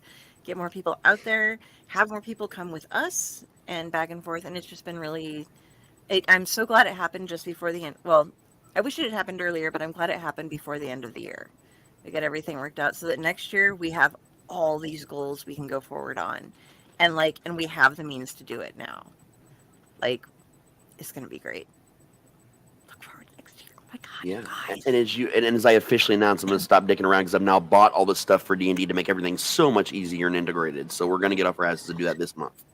Yes, and the thing that we would love to have as our Christmas present this month is if you guys go, we will put it up. We'll put it up everywhere. Our Twitch channel is the best place if you can follow us as a Christmas present, because what we want to be able to do is let people, if you're familiar with Twitch, whenever you're watching something, as long as they have enough followers, you earn like points for as much time. I can't remember what they're called. It's not bits or something you have to buy, but it's just, They're just channel points, basically. yeah, channel points you earn just For free, just by being there watching you. Yeah, and we want to be able to do games and things on there like D&D, not just playing video games. Like we might do some of that too, but I did that one day. yeah, but save your Twitch points for that. But yes, James. Going back to the whole 24-hour stream thing that we're planning on doing, we are planning on watching one of Raz's movies Yeah, that's something that we talked about that we can definitely still do. and riffing on that. Yes, please. We're going to rip the shit out of it. You will get to see our own Raz T Slasher acting. But Acting. yeah, if you can like our Twitch or follow our Twitch, I guess is what it is. That's the free one. We don't want you to like. Yeah, you don't have to. I We don't have anything. We can't even set up for you to subscribe to us until we get affiliate. There's a lot of steps that we have to take that require you guys tuning in for absolutely free and just checking shit out. Yeah, it's like we want you guys to do the free thing so that we can let you do the free thing because we want to play Dungeons and Dragons and various other role-playing games. And what we want to have you guys be able to do is that while we're playing them, kind of like you were pointing out in the Hunger Games, Yep. we get sponsors. And if you've been watching and you've earned up enough channel points or whatever, you can totally for free choose. We'll have an option available where you can you can change somebody's role, give them a bonus to the next type of role that they do. Yeah. Or you can send in a healing potion. If we're in a battle and somebody's starting to die, suddenly the little Zelda fairy princess shows up and kisses somebody and they get back some of their health. Fill up your You spend hearts. some of your points. So here's a And question. You can invest in it as well. Yes. But we want to be able to have it Yeah. free for people, which is why we need to have the free followers. Right. So we have enough that you can do the free stuff. And the Okay, pay will be like so- a bigger thing, like a party member dies and like something happens, you know what I mean? Like, and you can invest like a couple bucks or something to reverse an action. And then it's my job as a DM to come up with some cool way that reason as to why these things happen. So really, And you're making more work for our me, but I Discord enjoy it. as well. Yeah. But yes, it's playing fuck with the DM. What edition of D&D do you plan to play? So I prefer 3 and 3.5 myself, but 5th is where everything and all the integration is going with literally. Hold on a minute, James. We're literally going with everything, so we are going to go 5th. Go I ahead, James. started with second. Okay, so I start with the board game. kind of an inane question, but is this something where we can do the rules electronically and not Yes. have to Correct. actually buy the diecast? Everything Yeah, no, is everything. electronic, Okay. and because of the subscription that I paid for all of us, which I'll keep going, you have access to any book I buy. So any material, as I get a new book, or as I can afford new books, and that's where some of that money will go also for the 24-hour stream and money you donate to the show while we're playing D&D. If there's Uh-huh. like a book you want us to have to incorporate stuff in, we can buy more books through that account. Then that will expand monster options, treasure options, character classes, and things you guys can play. Character races on down the line, like when you die and have to rebuild another character. Like, I so like we'll looking at grow the and pictures. adapt as we go. And the other thing is like things like when we do the gifts on the Clutch. I have had some authors that come on the Clutch and they volunteer some of their work for me. And there have been times where I spent over $100 in an episode to have things go out. So I want to be able to offer more things out for people when I am paying for this stuff myself. that it can be like a little bit of set aside for giveaways for everybody, because sometimes that's why we only have like one clutch a month going on currently, is because it's rather expensive sometimes for me to do the clutch giveaways, and I don't want to back off on doing them, but it might cut down on how many things, it might change the amount of awards that are available. Yeah. If we have the money sitting there that can help pay for things, then I can spend the amount that I have planned and still have a little bit extra to go on Yeah. to give other people. So. And also on Raft, there's a cool subscription box that you think that you would be interested in seeing what's inside it, and you know, so some money might go to that, but also with suggestions on what boxes you guys think or subscriptions you think we should try out. Like Anybody who wants to send us a box for an unwrapped thing, let us Oh, yeah. know. We'll tell you the best person to send it to that's going to be the most appreciative of it, and we'll do an entire episode. We will promote you, let you join in and explain each piece of like why you included it in the box and things like that. Those are the kind of things that we're looking for in the upcoming year. We really want to do all this. It's a matter of we've been doing it for half a year now on our own, and some of it's expensive.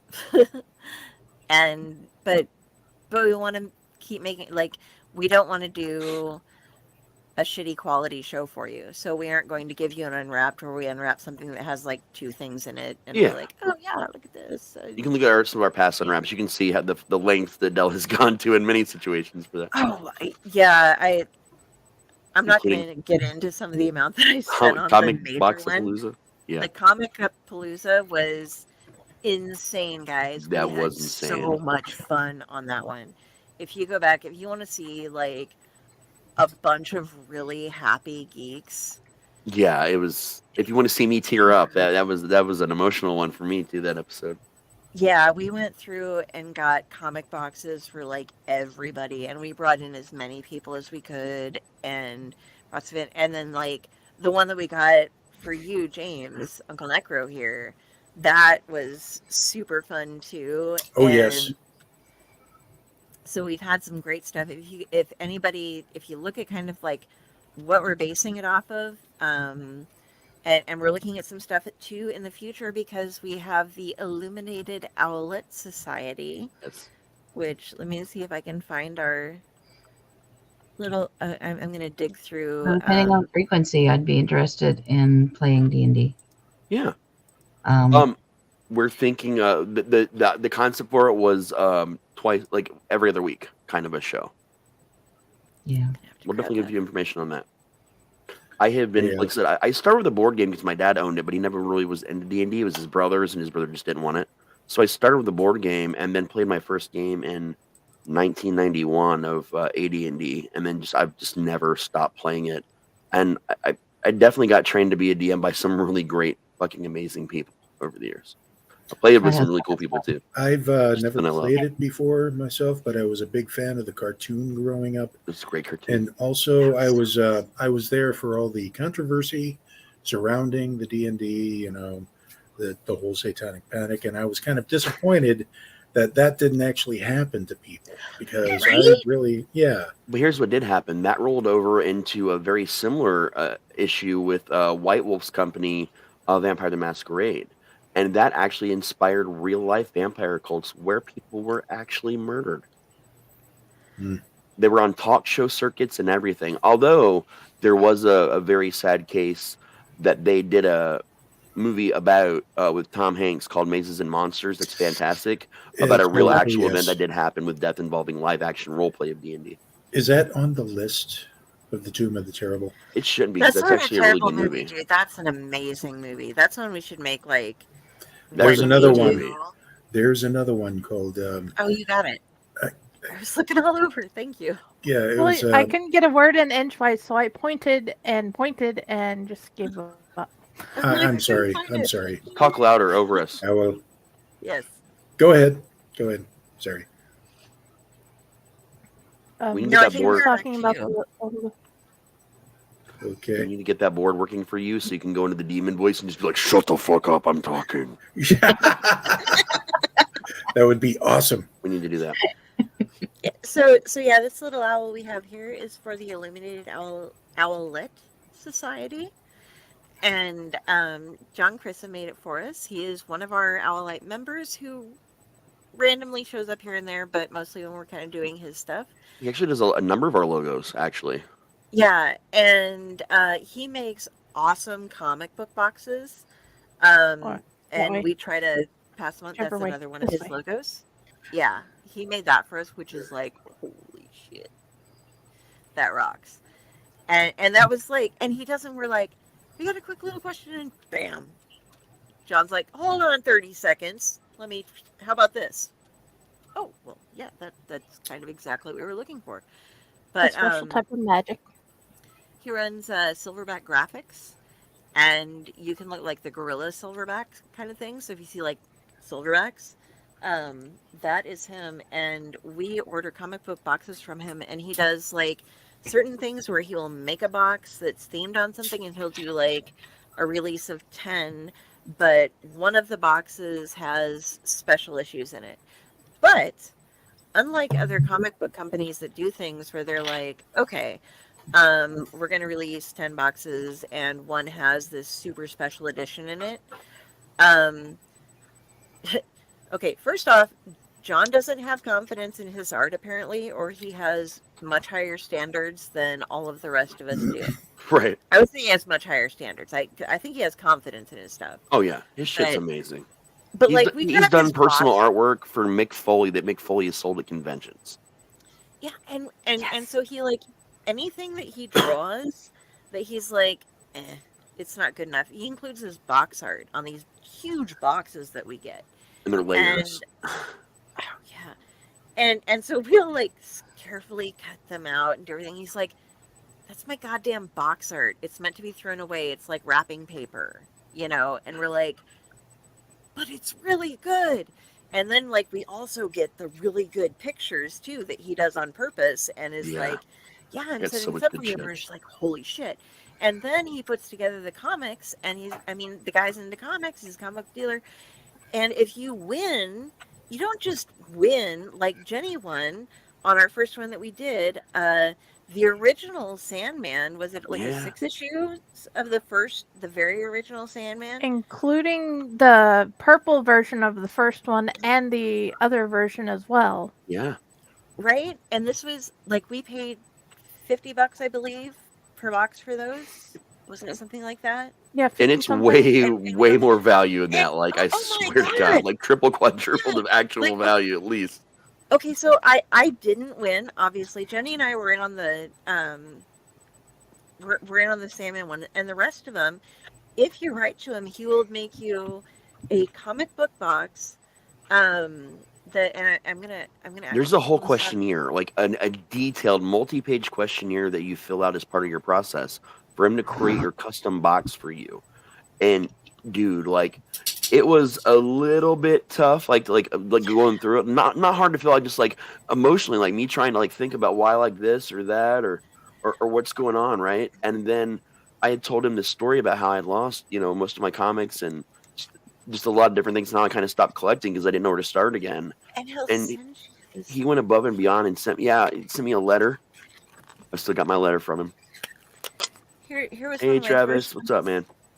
It's got like this whole thing of each. He sends you a little letter that goes with each thing that Thanks. tells you each comic and why it's important. Can anybody highlight me real quick while I'm? Yep, on it. You got it? Yeah. Okay. I'm trying to. I'm clicking you. There we go. No, it's not working. Okay. I Jenny, know can why. you? I think I know why. Hold on. Or- There we go. Oh, I was there we clicking go. on Sorry. your picture in the layout, not at the bottom. Yeah. So the Silverback Graphics, it tells you things like this issue has. This is why it's important. This is why I included it. It came with this was the first appearance of this character, or there were only this many related in the thing. And this is, I think, from a different one, but I think this was from my. It says Morbius, the Fantastic Four. This is my Ghost Rider one. But it's like first appearance of, there were only this many put out this way before they realized that the coloring was wrong. Yeah. This is one of the recalled newsstand versions that didn't get the sticker on it kind of stuff, is what he sends you. And so you're like, okay, so I spent $50. I got much more than that in return, and all of this artwork. And as I was trying to say before, like Jenny she got the winning one, but she didn't just get those comics. She got a full box of amazing comics, as well as Oh the yeah. winner. Like most places are like, oh, if you're the winner, you get And I won a the secret prize couple during all that issues of too. winnings, but she got a whole box. And it wasn't like a bunch of throw off comics. She got a whole box of amazing comics. Awesome. They are. I got a special prize during that for adult comics that I won that he later sent me, and one of them was Superman Makes a Porno. It was that particular edition. He sent me a couple. They were hilarious because they were like joke comics. I mean, they're real comics, like for real. They actually exist. He didn't just make them up. Want to do a quick shout out real quick? Travis popped in and say hi. If you followed Hell's Dungeon, you've seen the videos. You've probably seen one of my favorite haunt kids, Decontamination Dave. That's decontaminating you from paranormal STDs before you make it through Main Street. He's awesome. Nice to meet you, It's a whole shtick. I love him so much. And when I did the famous sock story I tell you guys about, where I haunted as a sock puppet, he actually was the brother. He played the brother of the sock puppet. Like we had a whole story. Were you a shoe puppet? No. I was the one that didn't get consigned to the Great Sock Dryer Wars, but he came back wrong. So his googly eyes were like half sideways and drawn on. For next year at the haunt with the shoe. Possibly. I mean, maybe they can use that as like their vehicle. Like, I mean, this is the size. We can put we can put a little tank turret on the front of it. Like 5 pounds. We can put a tank turret on the front of it and everything. Like make it like a vehicle, like for If I send this out and it becomes like a character in the haunt, that would be the coolest way for it to be. Like, I could find somewhere in the haunt to put that shoe. I'm sure. Yeah, it's got the black little bag. I mean, this thing is. Fred loves Easter eggs from all kinds of stuff, man. He's very encouraging about like incorporating like really cool Easter eggs that mean stuff to us in the haunt scenes and stuff. My sister is like, you can show it on the show. You can do whatever. You could film yourself smashing the shit out of it in your driveway out front if you want, because there's nowhere to put it in your apartment because your apartment is full of shit. So we'll make a new show called The Purple Shoe Diaries. This actually fits in kind of. Okay, this is totally weird for any of you guys who haven't been following us before, but a storyline that I was working with, I have a friend who's a photographer, and he has an obsession with abandoned shoes, where there's just like a shoe. Wait, is this going to be one of those things where you're going to tell us the story about a shoe, but you don't actually tell us the story about a shoe until 3 months later? I'm going to explain about that. Okay. Though. Okay. So one time on OLS, so his idea was like, I used to hang out with Sky a lot, and he was like, okay, so I filmed I take pictures of these shoes, and I was thinking of releasing a book, and you're a writer, so do you want to write about these shoes with me? And I'm like, sure, I'll write about shoes. And he's like, okay, so these are some of the shoes that I have, and like write little stories. And I'm like, okay, that's no problem whatsoever.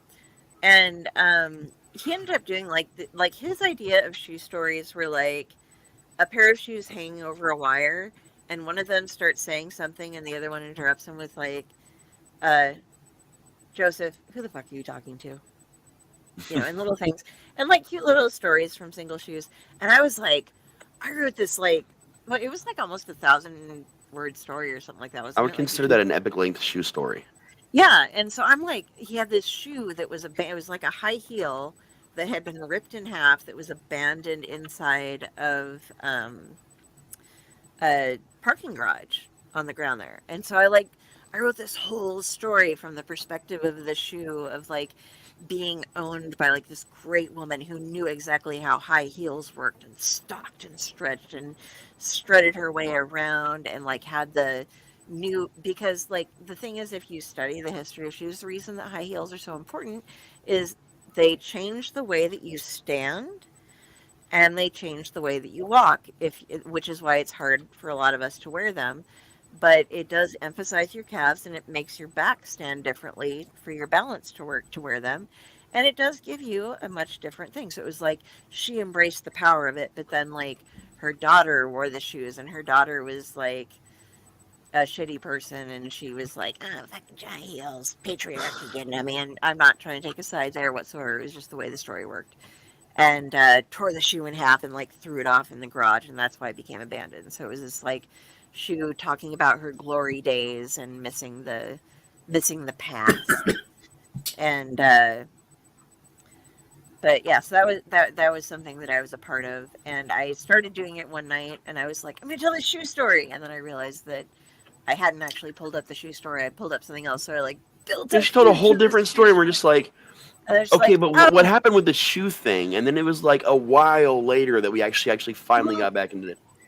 And the reason behind that was I had 2 different shoe stories, because I'd also written a really short thing about like Cinderella from a private investigator point of view, with like somebody who was hired to look for this woman who fit in this shoe. And so I wanted to like tell the stories together, and I'd like pulled up the wrong story, so I was like, all about like the shoe thing and blah blah blah, the shoe thing, and then I was like, and I'm not doing the shoe story. You have to find another. And then we built it up for a while, like for a couple OLS. She just kept building it up, and then she finally did.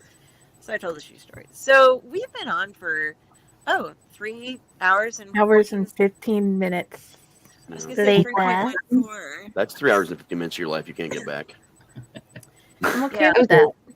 I'm okay with it. 100%. Sure. I'm thrilled. I just chatted all the time. No, we had a good show. I'm fine. I do, because I'm working at my mom when we play Taboo has to sit on her hands because she gestures too much when she's trying to say words, and I need to put myself on mute unless I'm supposed to talk when I'm doing shows these days. Especially I haven't had bourbon for months, and I started to partake. So yeah. So I've been. You guys remember Go ahead. The next time you say, just let me do this before you do that, I'm tempted to just start calling you mom and say, wait a minute, mom. No, calm down, mom. Please, for the love of God, don't call me mom. But That just a happened in reminder, a guild once, and it was horrible. you see the ticker on the bottom of the screen. If you guys need help, make sure you're reaching out. You can also reach out to any of us at any time if you need anything at all. You want to come back the next time we do a padded cell, if you're new to this or you've caught it on the replay on YouTube, show up to the live shows. We always put out, at least a couple days prior notice. We will have a better schedule for 2024 about what shows we're having when at what times. We're in our fuck around phase right now until after the first of the year. So next week probably won't be back to normal shows yet, but the week after that we'll be back to normal programming, and we'll let you know what that's actually going to be. If you would like to tell a story on our Owlite Society campfire nights, let us know, because we're always looking for new storytellers to incorporate on the nights. Yeah. If you can't make it for the show, if you would like to record yourself telling a story, preferably with video, just so we have something to look at while we're doing it, we will play your video on an OLS and obviously credit you and everything else in the show notes and stuff. But Or you if just you'd have to want make one of sure us to that read it for you. copyright. Yeah, or if you want one of us to read it for you, we just need to make sure it's either your own story, or that you have permission to read it, that you can legally prove to us, or that it's from the public domain. We had a very for our Christmas stories, we had Joshua Rex, who is a fabulous storyteller as well as a historian, who decided to read us something that was in the public domain rather than his own, because it was a great historic story that resonated with him and he wanted to share with us. So if it's not your own, just make sure it's legal for you to use it. Yeah, lots of cool stuff coming up, guys. Like I said, sometime next week we'll publish some kind of schedule on what the plan is, for at least for the first month. And we go from there, because you guys know we work in seasons and we're definitely in winter. So we'll get that winter schedule up and going so you guys know what to expect.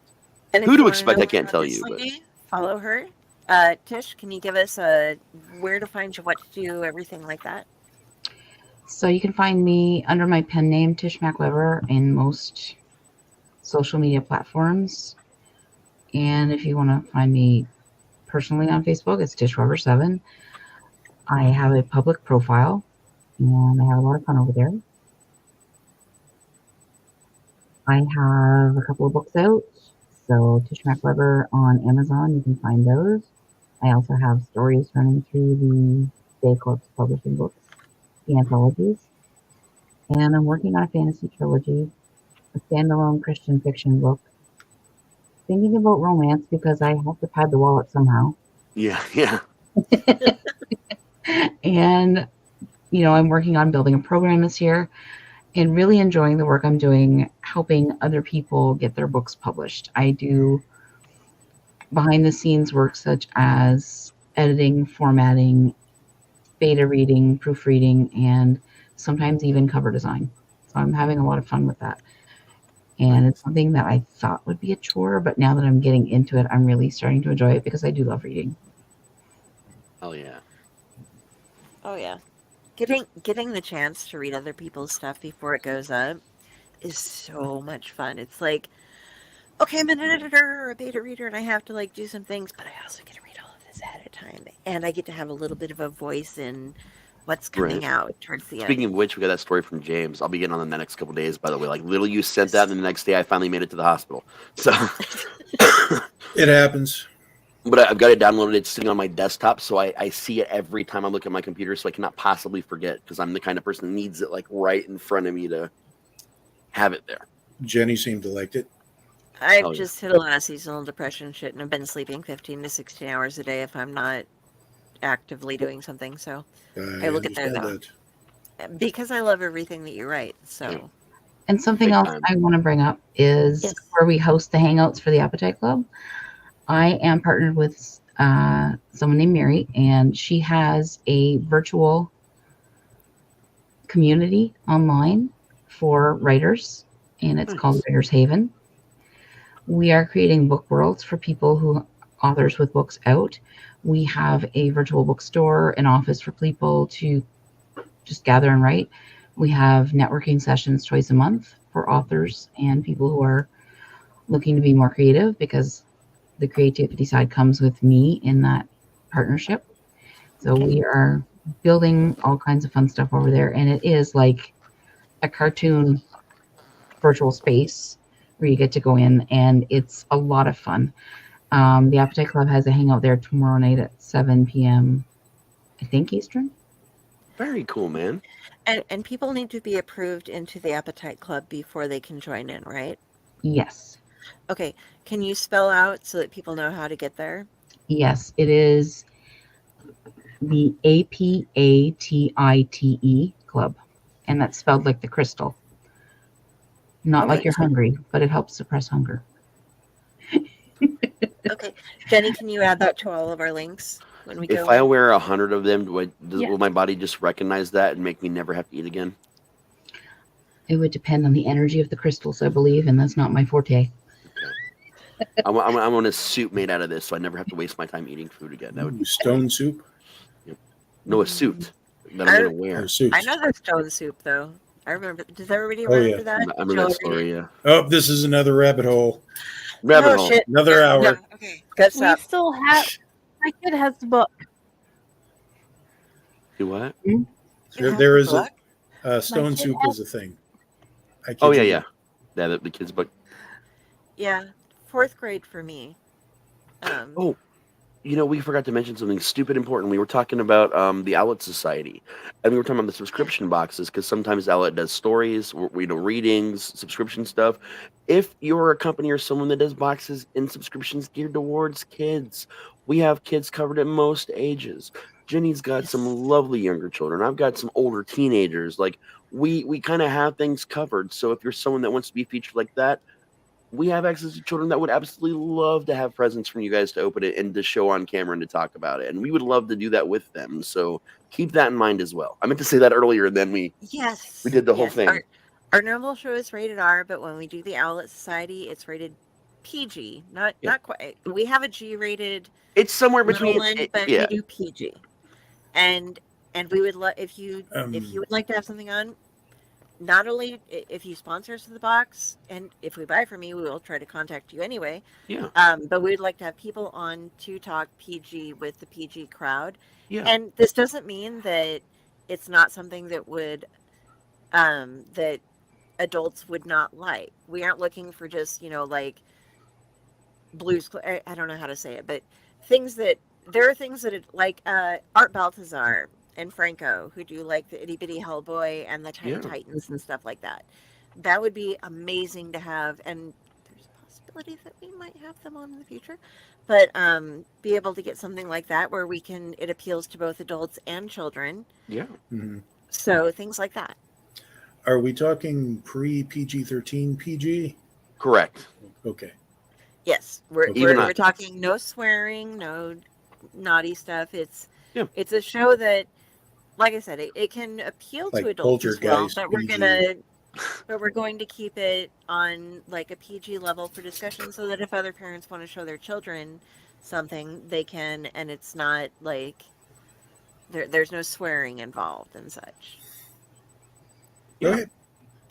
Because and that's something that we just want to do because there are kids out there, and we want to get them as geeky and as horror filled as we are. Start them young. It's a cult. And storytelling started out with, if you teach the children, then as you grow up, you keep passing it on. Yeah. And yeah. So before I start reciting poetry, we should probably. Is it Vogon poetry? Does anybody else have Oh, to dear. give their contact Please no. information? Oh yeah. We usually do that where you can find people. James, where can we find you? I'm right Thank you. here, but you can find me. I write stuff and I podcast stuff on various blogs. We have, and my mind goes blank. We have the movies and beer at blogspot.com. The necroshockradio.wordpress.com, unclenecro.wordpress.com, and Halloween Bear. Halloween Bear. Yay. Yeah, and I just got done with that particular story that I sent all of you guys. It came to me on Christmas Day, where I was imagining like a monster going, "You've protected my daughter, thank you," and then walking away. And then it just came to me, and I knew I had to get it out of my head before it went squishy. Oh yeah. So You still need to release the kids book that you did for me. the kid's based on story. the story you told me Yeah. about my birthday. Like I will. you should really do that. Like do like a charity thing for that, dude. That would be amazing. I think Sure. a lot of people would really like that. I fucking Sure. loved it, and I want to copy of it. Now, I wonder who would be willing to illustrate it. Somebody maybe in the Owlite community. Let me think. Anyway, so yeah. Yeah. Okay. Where can we find Well, you can find me here on the Owlite Network as Delphine. You can find me as an author out at Carrie, Kari, Lee, Leigh, Sanders, Sanders, because for some reason, people try to make me Saunders a lot, which I'm Sanders, not Saunders. Sanders. As in the Colonel. Yes, like the fucking chicken, which I don't eat. Just I raise chickens. You don't want to get into it. Anyway, I am The here recipe. as Delphine because this host body is the Carrie Lee Sanders. Delphine, I am the crow that inhabits this body because Del's an idiot and she left her mind open, and I just showed up and started doing podcasts with her because she just sat there and kind of went, "Oh, yeah, that's Listen, it's a convoluted story. She's a fucking crow. Don't ask about it. Just go with I'm a it. crow." On the rest of the Darkening, however, I am on splash pages as Carrie Sanders. We have a lot of fucking guests lined up in the future, and we're going to have some fun there. And coming up soon also on the Owlite Network, we are going to have Grant Lankard coming up on the 14th for another clutch. He is a comic book artist and creator, or writer and creator. He has done Beowulf, Memoirs of the Morbid, as well as some Comics Unlimited, and he is going to be releasing some brand new stuff that we're going to be talking about there.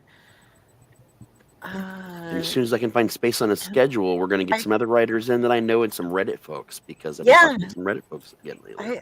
I've been if it has to do anything with comics or stories, books, things. I'm just going to give you writing, a list of the people stories, I need to everywhere. tell you to reach out to and tell them that you're from me, so you can just Okay. schedule. Yeah. So and we've been doing a lot of, and we're gonna do just.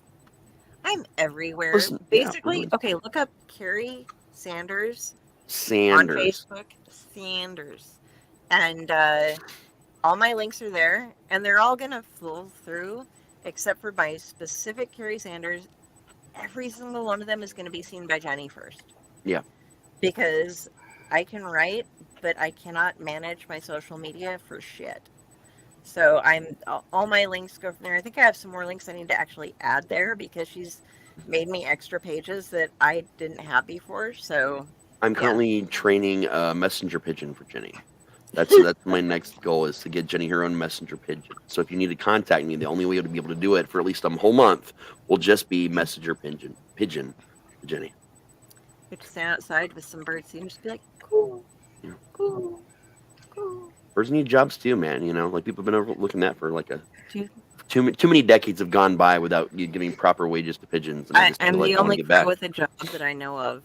Yeah, I So, know. Like birds need Yeah. jobs, man. Like seriously. Seriously. Start giving back. They entertain Jazzy. I often hear a noise at the window and Jazzy's talking smack to the pigeons outside. Who's These Jazzy? pigeons, man. My cat. Does she do the Oh yeah. the talking to birds? I had one that did that, like, and Nada doesn't. But yeah, it's so cute when they like chat with Yeah, birds. She's waiting for me to go to bed now, so she's not out here. But she's often a participant in most of my online meetings. Nice. So other than carrier pigeons coming soon, you can find me at rastslasher.com, which I do pay attention to that myself. But you can't actually talk to me there because I'm smart.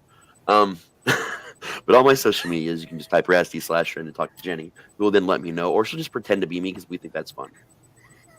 I think it's excellent, personally. Other than that, you can find me in Rob's sub basement, which is the level underneath Pile. As you can tell, well, actually, you can't tell right now, but if I turn this thing off, the virtual background, which I'm about to do, as you can tell, this is clearly a sub basement that I'm working with here. So it's a whole Yeah. We're also working on a sim house. If any of you are excellent sim builders, let us know because there's a project in the future that we could use you for.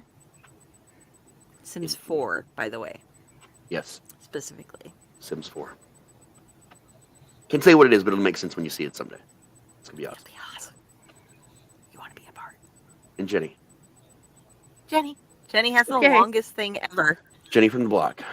If you want, I've been called that before. Okay, if you want to find me, I know. you can find me on Carrie Lee Sanders, Delphine, Wrong Rusty way. Slasher, everything. Okay, this way. I am hiding in a basement. You can't find me here. You can find me at Fake War. Either I or Patty will get back with you. You can, if you actually really want to talk to me, come to Friday's Disorganized Library in the Blue Box or Friday Blues. Yeah, Friday Blues Disorganized Library in the Blue Box is my book group. Friday's Disorganized Library is my book page. And So, then Friday's Blues Clues is a totally different thing entirely. Forget And I you said want it. to talk to Jenny, because if not, I know where you live and I have a very specific set of We- skills. We are currently using Jenny's color, which is actually we TARDIS have blue. yes, it is TARDIS blue is what all of our names That's are in. color. Damn it, I was going to talk about that today too, because the best gift I got for the whole Christmas season was 4 episodes of Doctor Who with Tennant. Well, 3 with Tennant, but still. I got that nice little box thing of the disc. I don't know. I just put it there. Okay, And Cool. let's say goodnight. So that's all of us. But yeah, and seriously, okay, here's the deal, guys. She's like, if you actually want to talk with me, okay. Jenny is one of the best things that has happened to me this year. Hell yeah. I got to meet this woman, and I've been Last year, actually, technically, originally. able to. Okay. But I've gotten to know her this year. That's true, yeah. You know, like, Bonding has taken place, you know? yeah, it was kind of one of those like, hi, bye, back and forth texts and stuff. But being able to spend time with Jenny has been like one of the most amazing gifts in my life this year. 100%. Like, I got to meet one of the best people that I've ever met in my life. So if you guys are like, oh, why should I talk to Jenny? Be like, oh, because she's the best person Dell knows. She is kind. She also is critical in a good way. Like, she lets you know what's yay or nay, and she'll be straight up about it. But she also is very appreciative of everything that comes into her life, and she lets you know, and she makes you want to be better so that you're good being around her, because she's such a good person to be with. So 100%. I just Thank want you so to, much. We love you, Jenny. we love you, Love and you I guys. want you to know that, because And I want she- everybody else to know it before we end, that you have made my life better by being a part of it. And that you have permission to talk. Oh, Jesus. I never get permission to talk here. She needs to talk more. Take your permission. So You have permission to mute sometimes everybody. I so you actually should talk do in the comments because I I know, can't it's get a word hilarious. in. I'm gonna start instituting the Jenny's corner. What's part of the show? We all just shut up and stare at you and make you talk. For... This is the thing, is that Jenny has permission to mute everybody. She and can, talk, and and she she doesn't. should. She'll just like, she'll sit there and be very nice and just kind of nod, and then she'll like send us little messages in private chat or over on Facebook, and then she'll And just we're just finally like, start say it, just participating say it. as a chat member. Just say it. I will. Just I shut have the fuck up, multiple I got something. YouTube things I am linked to because I am admin of so many pages. So I will pick one of them and start chatting. And then sometimes she's interacting with another page she helps manage, and she forgets that, so she's talking to herself for the next 3 days. So much I fun haven't to had watch that her. happen yet. I have so much fun on Splash Pages because you show up as somebody new every time, and I'm like, which one is Jenny? I It's the know secret she's. Oh, there she is. That's her. Like, Say, where's sometimes Waldo you with see Jenny? about I it, see and him. sometimes it's something I've never heard of in my life, and I'm like, that's a comment that Jenny would say. Yeah. That is her. Thank you. It's That's my probably- favorite goal, to see if you can catch me.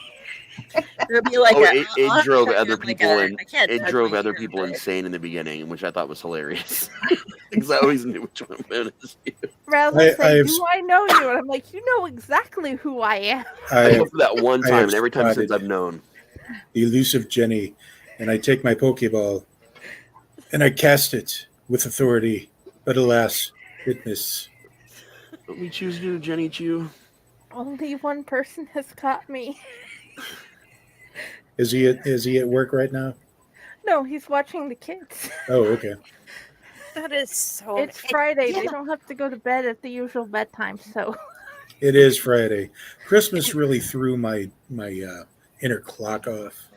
So I didn't know it was You Friday guys day have until this Pyle about- told me. on the It's a Friday different- Clan, because the Friday Clan is awesome. Yes. We get mhm. boops and we get hugs and we get lots of fun from them too, depending on the show. Because some Yep. shows it depends, and we also get the husband. Then we get Josh. His chaos. I love my chaos. Okay. We love your chaos too. He puts up with us. Well, this is think exactly Jenny why can I'm always do it. encouraging you guys to spay and neuter your friends. So make sure that you're keeping up with that. Accomplished. Actually, yes. Way Yeah, we- beforehand. Two have already been spayed, guys. So that's what happens when you join the network. You send a contract, and eventually you're gonna. Hey guys, guess what? I'm going to go get tutored. and then you have to video chat us from the hospital. So I was put asleep. Guys, They didn't give me a I chance. looked it up. I don't think this is I had to tutoring. Something is horribly wrong. Guys, I need help. Your best efforts are gone. Oh no. I thought I was gonna read to someone, and they cut me. My best friend. What kind of math is that? Yeah, I could go for another hour just on that. It's apparently 1 minus 2. That's the kind of. All right, guys. Do they have to 20 toss him minutes into the? Say goodbye. We severely need to just hit in stream. Is everybody Yeah, ready? this Just hit it while we're talking. Goodbye. We're never gonna stop Bye, today. everybody. We love They took him you. and made him into clack